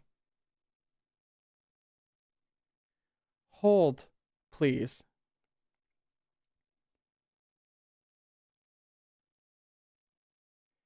He couldn't have known then that he would stumble upon the plot that would upend his entire life. That he would find Shimei with a dagger in his hand, in the process of casting a curse on Chuaning. Confusion, shock, fear, anger, and despair had crashed over Mo-Run. He sprinted forward and knocked the knife out of Shimei's hand. "What are you doing?" he shouted, a yelp like a wild animal's. Shimei's astonishment showed for the briefest moment. His gentle, bright peach blossom eyes quickly narrowed. "I was wondering who it could be," Shimei smiled. "With all the barriers surrounding the Red Lotus Pavilion these days, the only ones with access are us 3 disciples and the sect leader. It would have been tricky for me if the young master or the sect leader had come. Good thing it's only you." Mo-Run was out of breath from running. He interposed himself between Shimei and Chuaning, shielding his Shizun behind his scrawny figure as the night wind ruffled his robes and tangled in the stray hair framing his face. Glaring, he demanded, "What are you trying to do while Shizun's in seclusion? You... At that time, Mo-Run could scarcely believe that his soft-spoken Mingjing Shixiang possessed a second face like a fiend's. "Who are you, really?" We saw the mind-fucked version.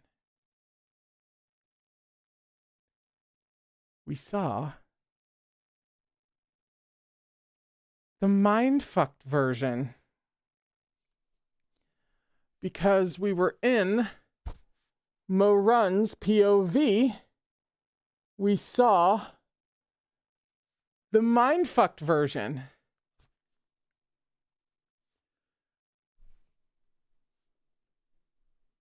Hold, please. Shumei laughed out loud. I'll run. You're so cute. I'm your Mingjing Shishang, of course. Who else would I be? He assessed Mo Run as he stood before Chu Wanning. This new disciple was so slight, so overconfident in his strength, it was almost amusing. Didn't you say Shizun's the worst and you never want to see him ever again? Confident in his plan, Shumei was in no hurry as he teased and mocked Mo Run. When I brought you those wontons, you told me you hate cruel people like Shizun. So why'd you change your mind just 2 days later and come running over here? If I didn't, who knows what you would have done today? Mo Run was overcome with fury and grief. Shiming Jing, why did I think you were a good person? I should have never trusted you. The mind fucking turned something sharp into like a comb.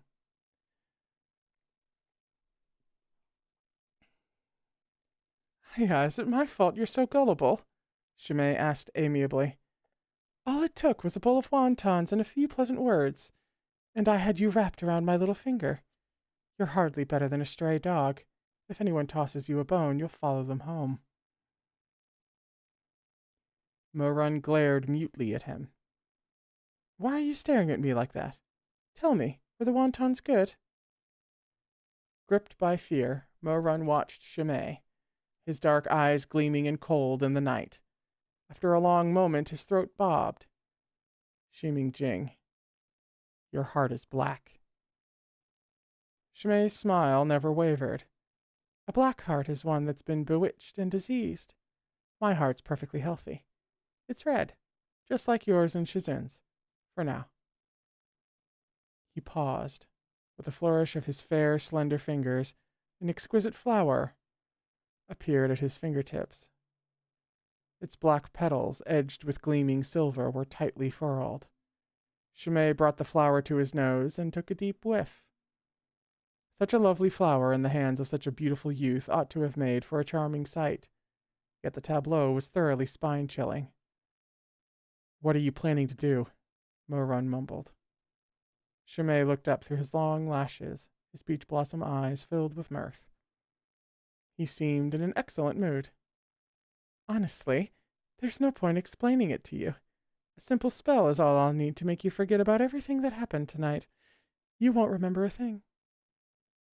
He held that black flower cupped in his elegant fingers. But since we're disciples under the same Shizun, I suppose I'll tell you, said Shumei. This flower bud was created by my mother. It's a flower of eightfold sorrows that I've gone to great pains to nurture. Perhaps it's good you're here. If it vanished before anyone else got the chance to admire it, I'd feel like I was missing out on something. A flower of eightfold sorrows. Shidi, there are 8 sorrows in life from which regret springs eternal, even in death. The demon tribe left a seed upon this earth that ordinary humans would find impossible to cultivate. Its name is the flower of eightfold sorrows. Shumei's voice was soft and refined. In the early stages of its growth, this flower drinks human blood. But after it blooms, it needs to take root in someone's heart. Within that heart, it will absorb its host's goodness and kindness, while fostering malice and hatred. He stroked the flower's black petals tenderly as he spoke. No matter how good someone is, as long as they harbor the slightest dissatisfaction in their heart, the flower of eightfold sorrows will magnify it. Bit by bit, they'll become a monster who will kill without blinking an eye. The slightest dissatisfaction in their heart. So, any human, anyone, unless you're perfect and pure.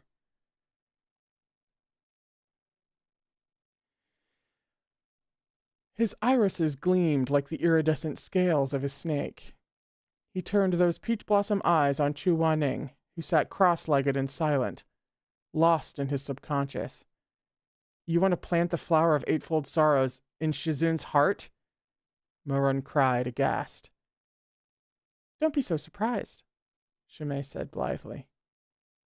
He's the most powerful Zongsha in the world. If he turns into a cold-blooded killer, don't you think he'd be unstoppable? Are you insane? How could you bear to? Aren't you the one who called him cruel and unfeeling? Shimei asked, unconcerned. Once I make your words come true, Shidi, you can hate him wholeheartedly. Then wouldn't we both have cause to celebrate?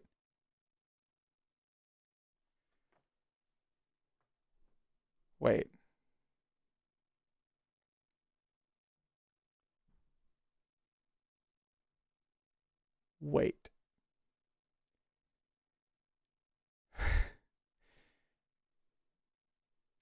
The fucking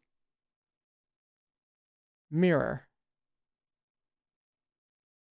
Everything between Morun and Shimei is the opposite. The only thing they've had in common were their feelings about Chuaning.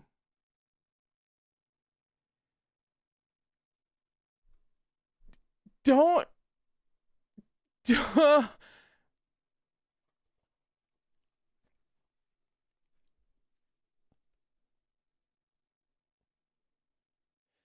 Are you insane? Once I make your words come true, Shidi, you can hate him wholeheartedly. Then when we have both cause to celebrate, he thinks they both hate him. Morun felt like his head was on the verge of exploding, and he was shivering so hard his back was numb. You're crazy. I was just saying stuff because I was mad. I never really hated him. Put it down right now. Don't do this. Why not? Shimei asked, intrigued. Why not? Because Chuaning was so good. The table in the Red Lotus Pavilion was covered in his blueprints. His creations, whether automatons or weapons, never served his own interests. Rather, they all reflected his concern for the safety and well-beings of others. Morun's not saying this right now, by the way. He was pure and clean, like the first snow that floated down from the early winter sky. Yes, he was exacting, and at times he could be unforgiving, but he had also taken Morun's hand over and over again, teaching him how to read and write. He'd practiced martial arts with him from the light-filled day into the dark night. He'd agreed to be his teacher. Henceforth, Mo Wei-yu no longer remained a lonely, unwanted boy who possessed only false happiness and family. He'd gained a real identity. He was Chuaning's disciple. A real identity, as opposed to the fake one that led him to Xisheng Peak. You can't hurt him. Distraught, Morun desperately wanted to wake Chuaning, but he didn't know how. All he could do was stand his ground, arms spread wide to shield him. He can't turn into a monster. He's so good. If you made him kill people, it would make him so sad. He had no way to express the anguish that welled in his breast. He could only use the simplest and most straightforward words to plead almost incoherently with Shimei. He hadn't had the time to master any spiritual techniques that could help him now. He could only hide Chuaning behind his frail body. To force a good person to kill was impossibly cruel. He had come to this visceral realization on his own as the House of Drunken Jade had gone up in flames around him. Shimei eyed him, finding this boy endlessly amusing. Sad. Once his heart is transformed, he won't be sad about it. Aran, there's no need for you to worry about that. But why do this? Why hurt him? Shimei didn't reply right away. Lashes lowered, he hesitated for a moment before saying lightly, because I have certain goals I must accomplish. Which are? In alphabetical order, please, so that we can keep track. Morun stared at him, uncomprehending. I need great power at my disposal. Shimei pressed his lips into a thin line. You wouldn't understand. Mo-Run seemed to be drawing on every ounce of his paltry strength to reason with this inscrutable Shishong before him. You know what kind of person Shizun is. Even if you do this, even if you take away all his goodness and turn him into a heartless monster, he won't listen to you. He wouldn't let you use him. You'll never succeed. Who are you to say I won't succeed? Shumei chuckled. Ah, I forgot this part. I fused a fragment of my soul into this flower of eightfold sorrows. Once the flower blooms in his heart, he'll fall in love with me, and his love will never waver.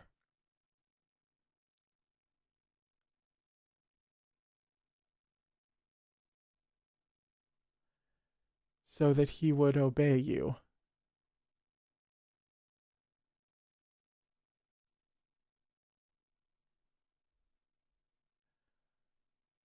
You're mad, Mo-Run exclaimed in horror. I can think of more colorful language, but we can start there. Unruffled, Shumei closed the distance between them. Lightning ripped through the curtain of night, illuminating his devastatingly beautiful face. Rumbling thunder followed in its wake. But it's just like you said. He's so good. So why can't I use him? Why can't he be mine? So what if he becomes a monster? When the time comes, my voice will be the only one he listens to, and he'll love me unconditionally. Won't that be perfect? Maybe he is freakishly obsessed and in love with Chuaning? And the opposite in the mirror with Mo-Run is that Shumei loves him in a really freakish, obsessive way.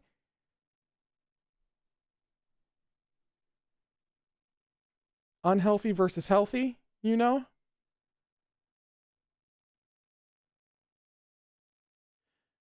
He knew Chuaning wouldn't wake up. He'd never hear this conversation. He thus felt wholly at ease. Shitty, step aside, won't you? He said. You only just managed to cultivate a spiritual core. Do you really think you're a match for me? I'm not budging, Mo-Run gritted out. Shumei laughed. In the blink of an eye, he darted behind Mo-Run like a phantom.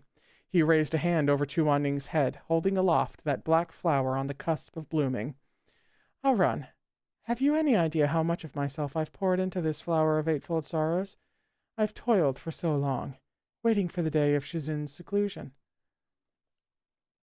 He bent down, his cheek almost brushing Chuaning's temple. I'm about to make him my lethal weapon, my puppet.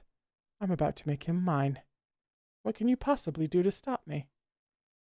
Shumei lowered the flower, ready to seal Chuaning's fate.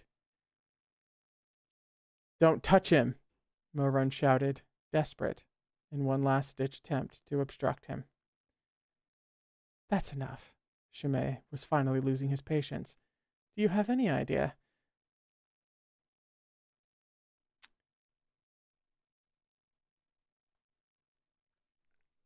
I didn't want to say it. I didn't want to bring it up. I didn't want to be like, oh, are they leading to where I think they're leading to? I didn't want to say it a couple of pages ago because, but here we fucking are. Do you have any idea? Take me instead.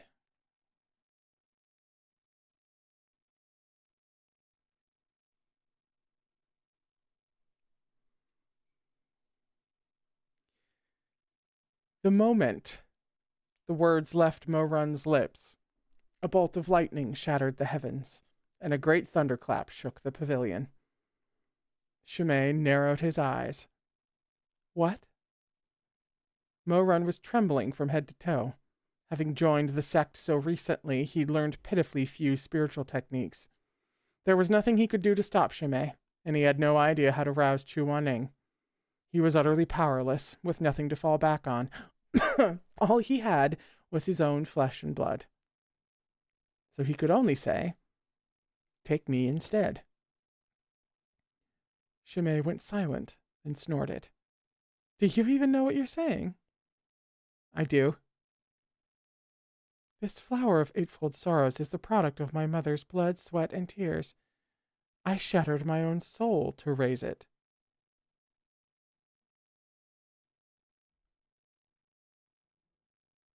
What? Did we know that? We didn't know that. We didn't know that. There's no way.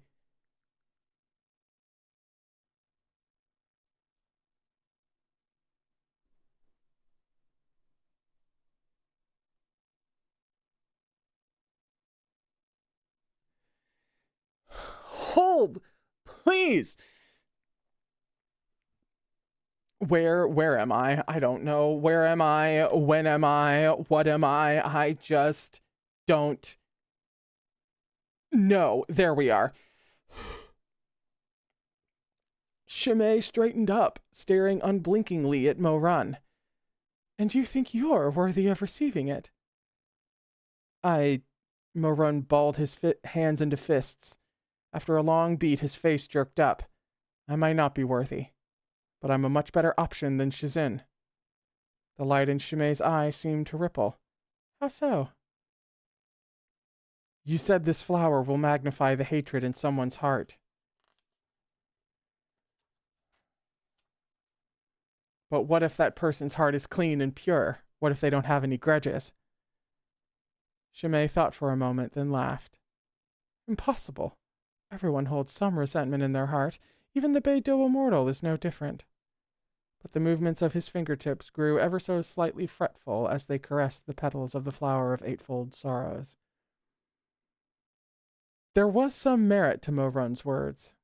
Shimei, too, had wondered whether Chu Wan-Ning would be a suitable host for the flower of eightfold sorrows. What if there really was no hatred in his heart? He couldn't afford the time and energy required to cultivate a second flower, to say nothing of the agony of splitting his soul. He didn't want to experience that a second time. At his hesitation, Mo-Run took a step forward. In all the years you've known him, have you ever seen Shizin hate anyone? When Shimei still didn't answer, Mo-Run pressed on. You said the flower will devour all the goodness and warmth in someone's heart. Any ordinary person's heart would contain other things too, but you should know better than me what Shizin's heart is like. The rain fell harder, drumming against the leaves in the forest. Ximing-Jing, aren't you worried that if he loses every happy memory, if he forgets everything good in his life, someone might find out? Shimei's eyes narrowed dangerously, his pupils flickering as though a snake slithered through their depths. Mo-Run took another tentative step toward him, then another. His heart was pounding like a drum, faster than the patter of the raindrops. I don't know what your goal is, but if you have to sacrifice someone, take me instead. Hugh. There's hatred in my heart. The flower can magnify it. I don't have many happy memories. Even if I gradually forget them, it'll be hard for anyone to notice. Once again, I thought of this about 2 paragraphs ago. But I didn't say it, because it was too fucking sad. So of course, I'm then right about it.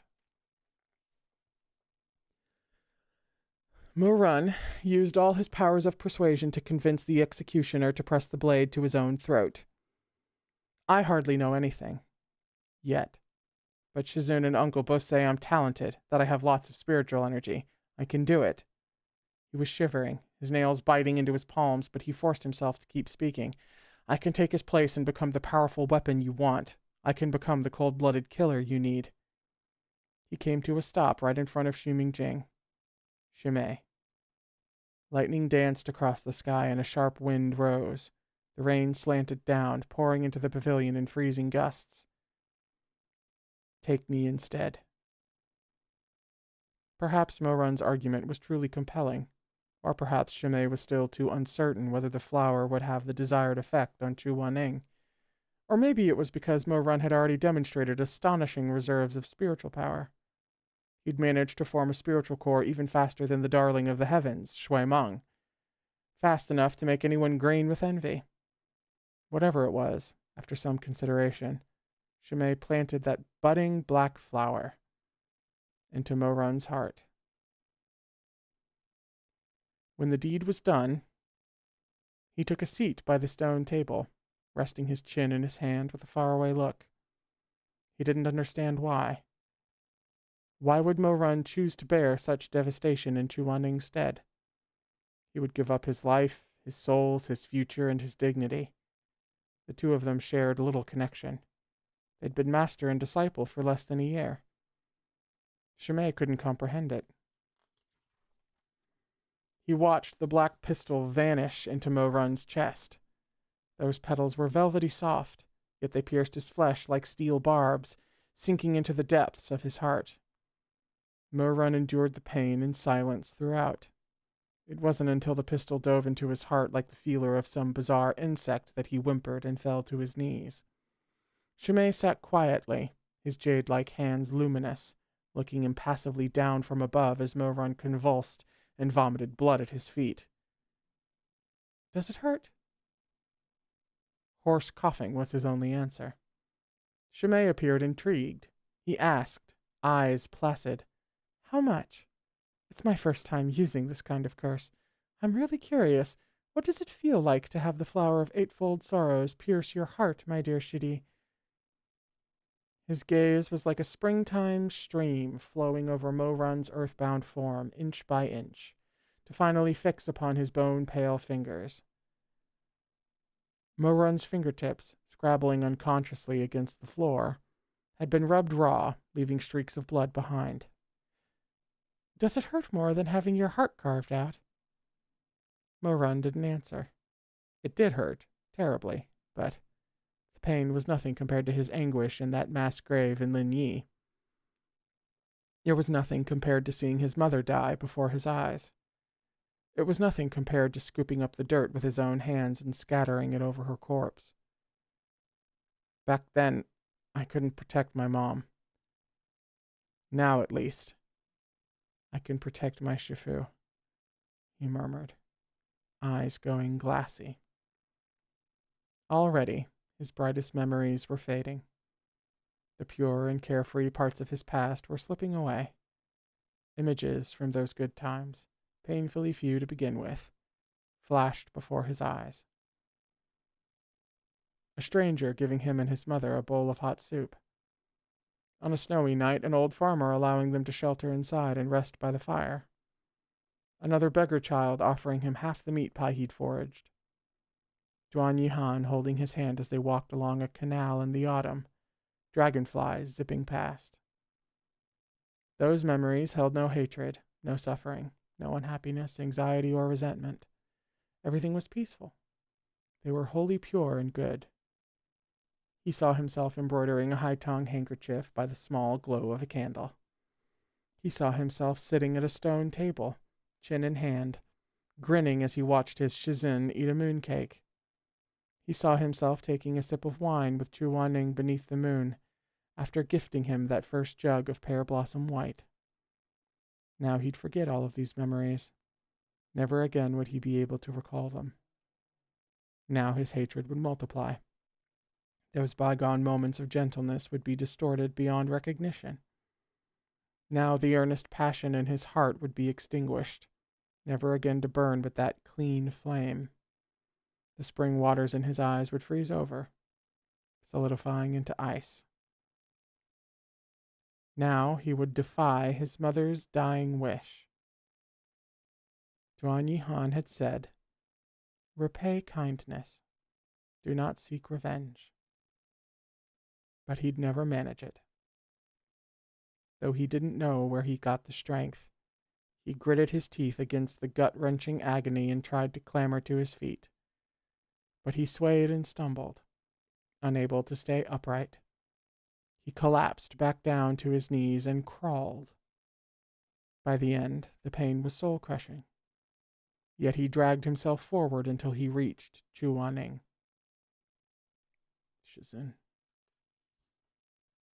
He put up a mighty struggle, squirming bizarrely on the ground. At first, Shimei thought Mo Run would try to interfere somehow, but the youth only summoned all his remaining determination, using up the last of his sincerity and gratitude, to prostrate himself in a long bow, forehead pressed to the ground. Eyes welling with tears, Mo Run said, "Shizun, very soon, I'll disappoint you." Outside, rain slowest down in the dark night. Very soon I won't remember your goodness anymore. I won't be able to properly learn techniques from you anymore. You'll get annoyed with me.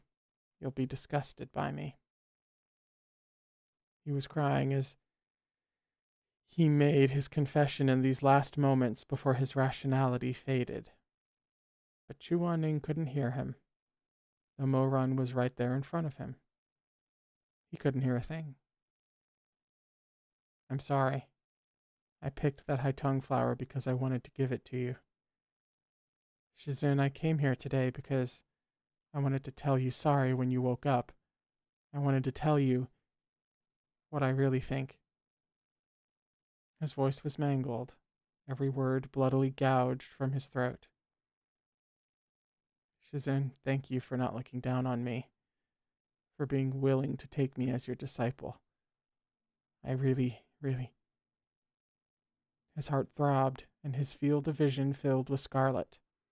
The flower of eightfold sorrows was beginning to put out roots, and its affection spell was starting to take hold. Mo Run kowtowed, grinding his forehead into the ground, weeping uncontrollably. "I really like you so much." Shimei let out a soft sigh, eyes shining with interest, yet also with pity. But these emotions, whether cruel or kind, were all perfunctory, unable to touch his heart.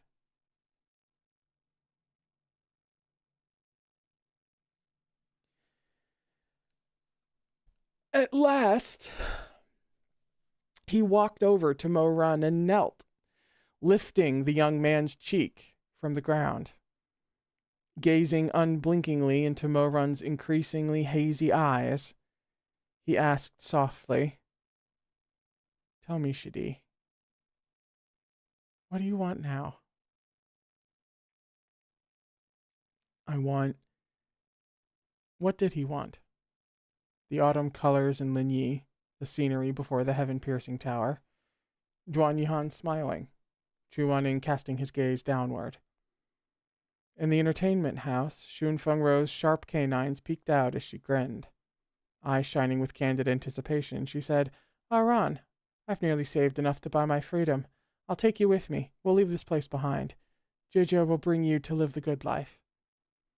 Even in his confusion, Mo Run was doing his utmost to cling to these memories that were floating away like duckweed.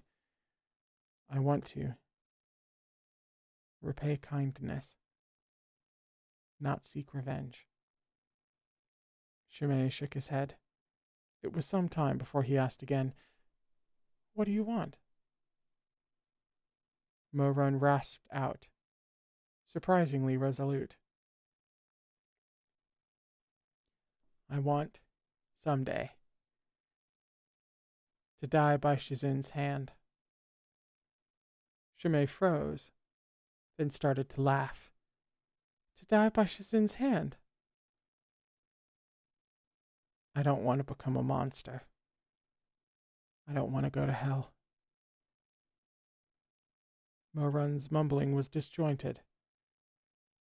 "I don't only want to remember hatred, Shizun." He threw off Shimei's hand and prostrated himself in front of Chu Wan-ning once more.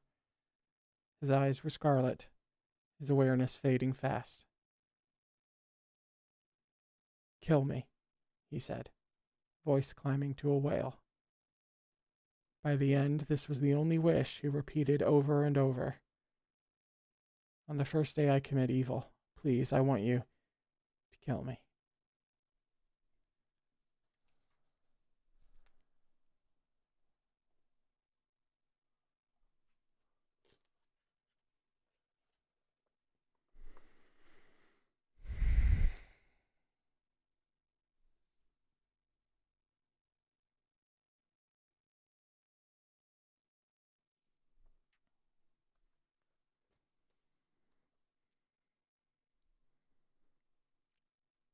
crawling towards him the way that someone else crawled up steps.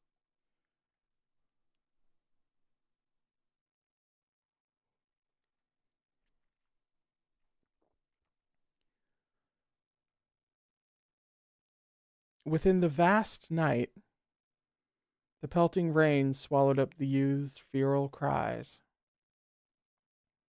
As the thunderstorm raged and the bamboo forest whispered, all of the blooming lotuses within the Red Lotus Pavilion shed their petals, their colors sinking beneath the water. In life, there were 8 sorrows, and in death there was everlasting regret. Before Mo-Run lost consciousness,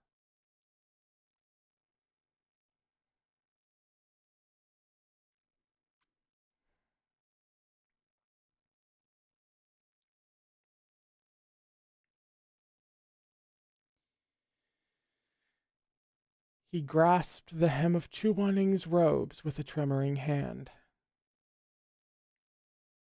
Gazing upward, he muttered, "Shizun, please, pay attention to me. Could you pay attention to me?"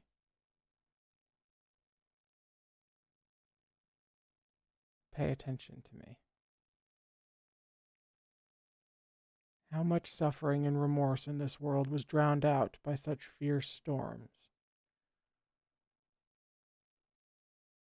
After Chuaning had learned of the truth 2 lifetimes later, he'd thought back on those days. He could still vaguely remember the next morning, when he'd awoken from his meditation cycle. Golden light had streamed into the bamboo pavilion. The high-tongue blossoms in the trees and red lotuses in the pond had all lost their petals. The splendid blossoms that had flourished just days before would soon return to dust. The rain had stopped overnight. Chuaning blinked, then turned to see Shimei brewing tea by the stone table. Behind the soft spirals of steam, Shimei's lovely face was endlessly gentle. Seeing Chuaning awake, Shimei smiled. "Shizun, why aren't you resting? You've been here for 3 days. Fetch Mo-Run to relieve you." The amber tea streamed into the cup like preoccupations, filling a heart to the brim. Shimei held out the tea to Chuaning. "I'll keep watch over Shizun today, too," he said with a smile. "Ran is still a child at heart. He hasn't gotten over Shizun's punishment."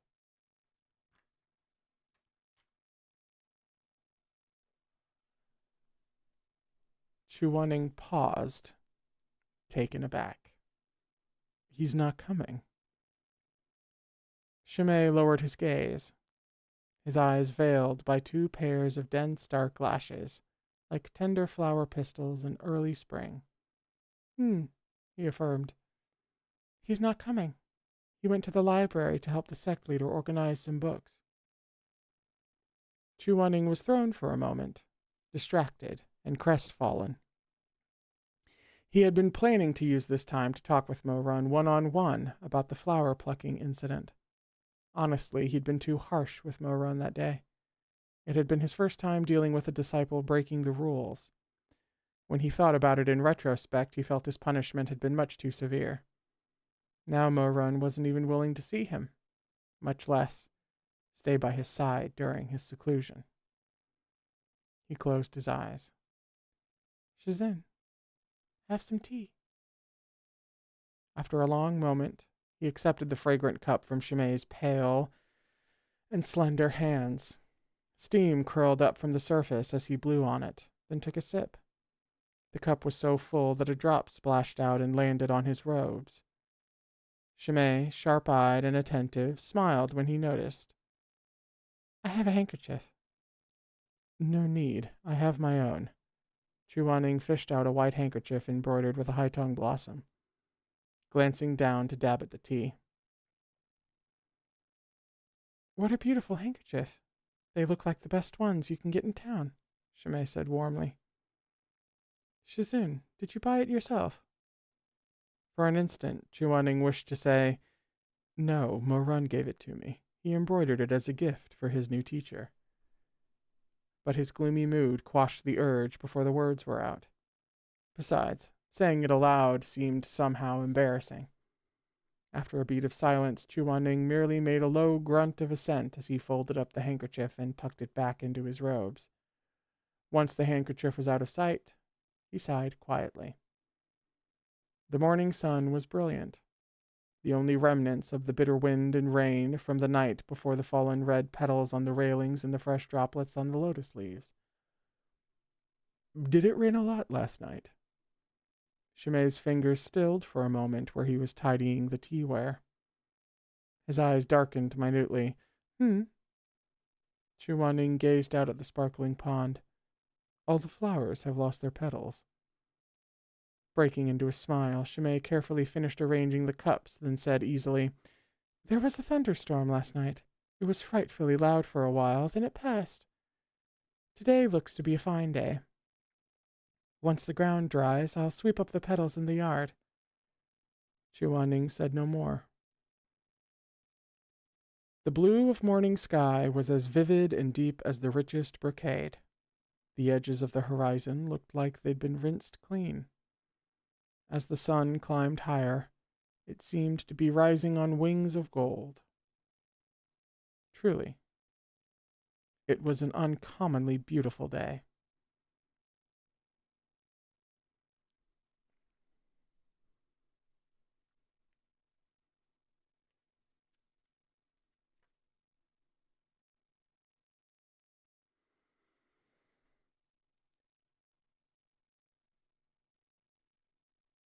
That's the end of the chapter.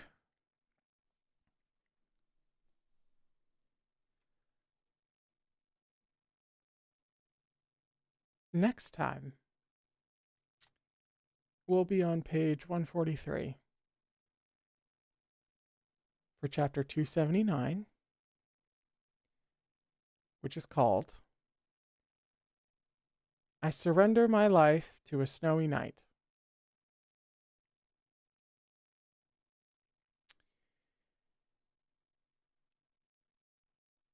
If that means anything other than Mo-run fucking Chuaning within an inch of his existence, I'm going to be very, very angry.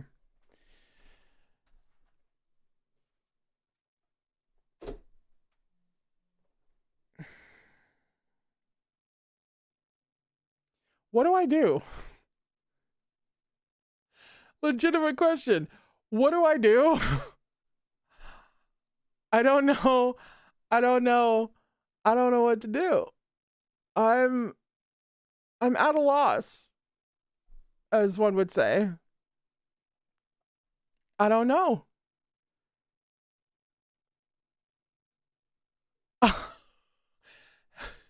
It was supposed to be true.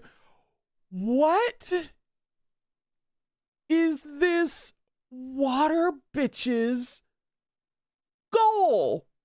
What is he doing? What is he... What?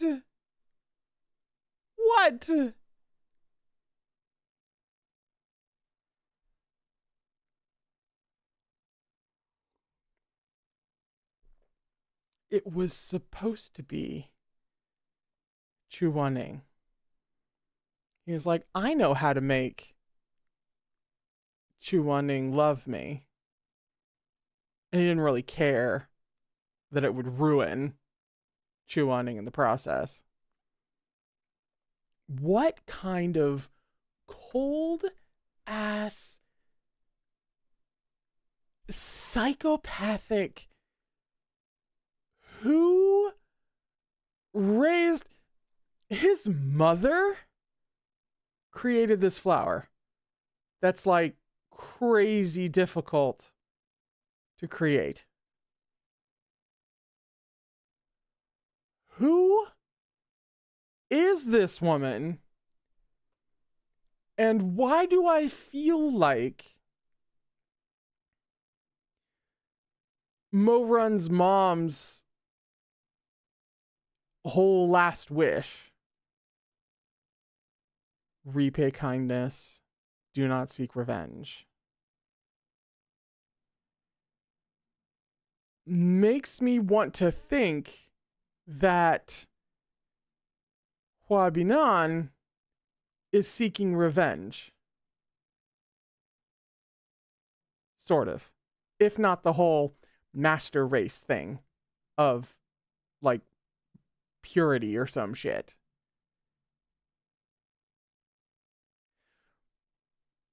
But if it's a purity thing,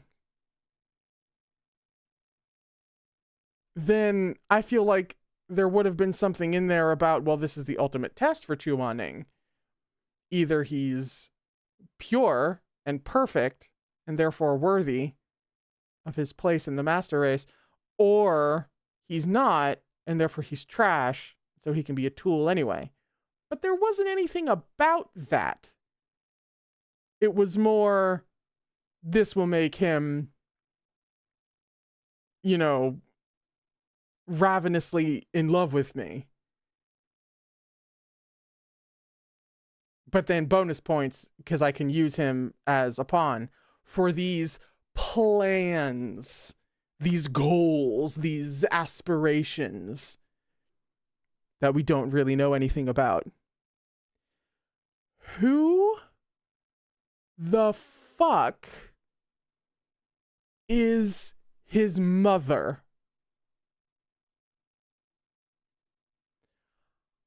I'm spiraling. I don't know. I don't know. I don't know. I don't know. Yeah. His mom made the flower blue. Hilarious plot twist. It's Duan Yihan. Who the fuck?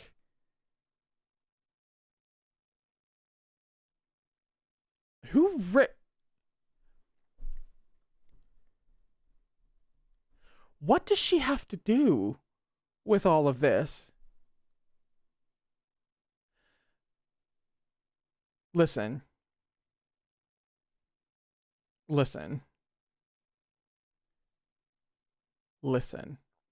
I have to go because it's somehow 5:30. I don't know. Maybe I'm slowing down too much. Maybe I'm being too much of a dramatic bitch, and I should really pick it up. Because time. I don't know.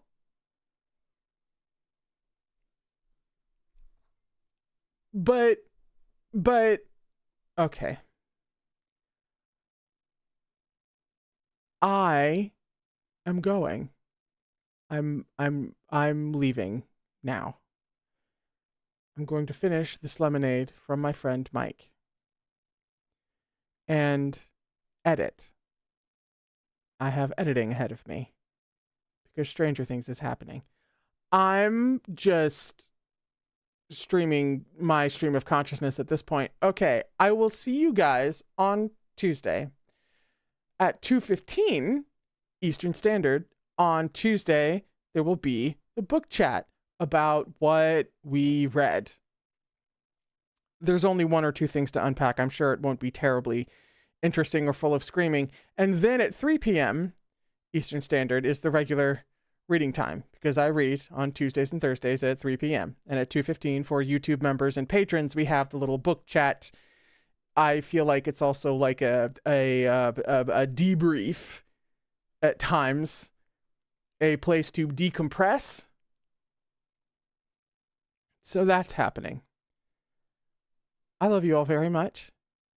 I hope if you're in a place that celebrates Thanksgiving, unfortunately, I hope this made it a little bit brighter.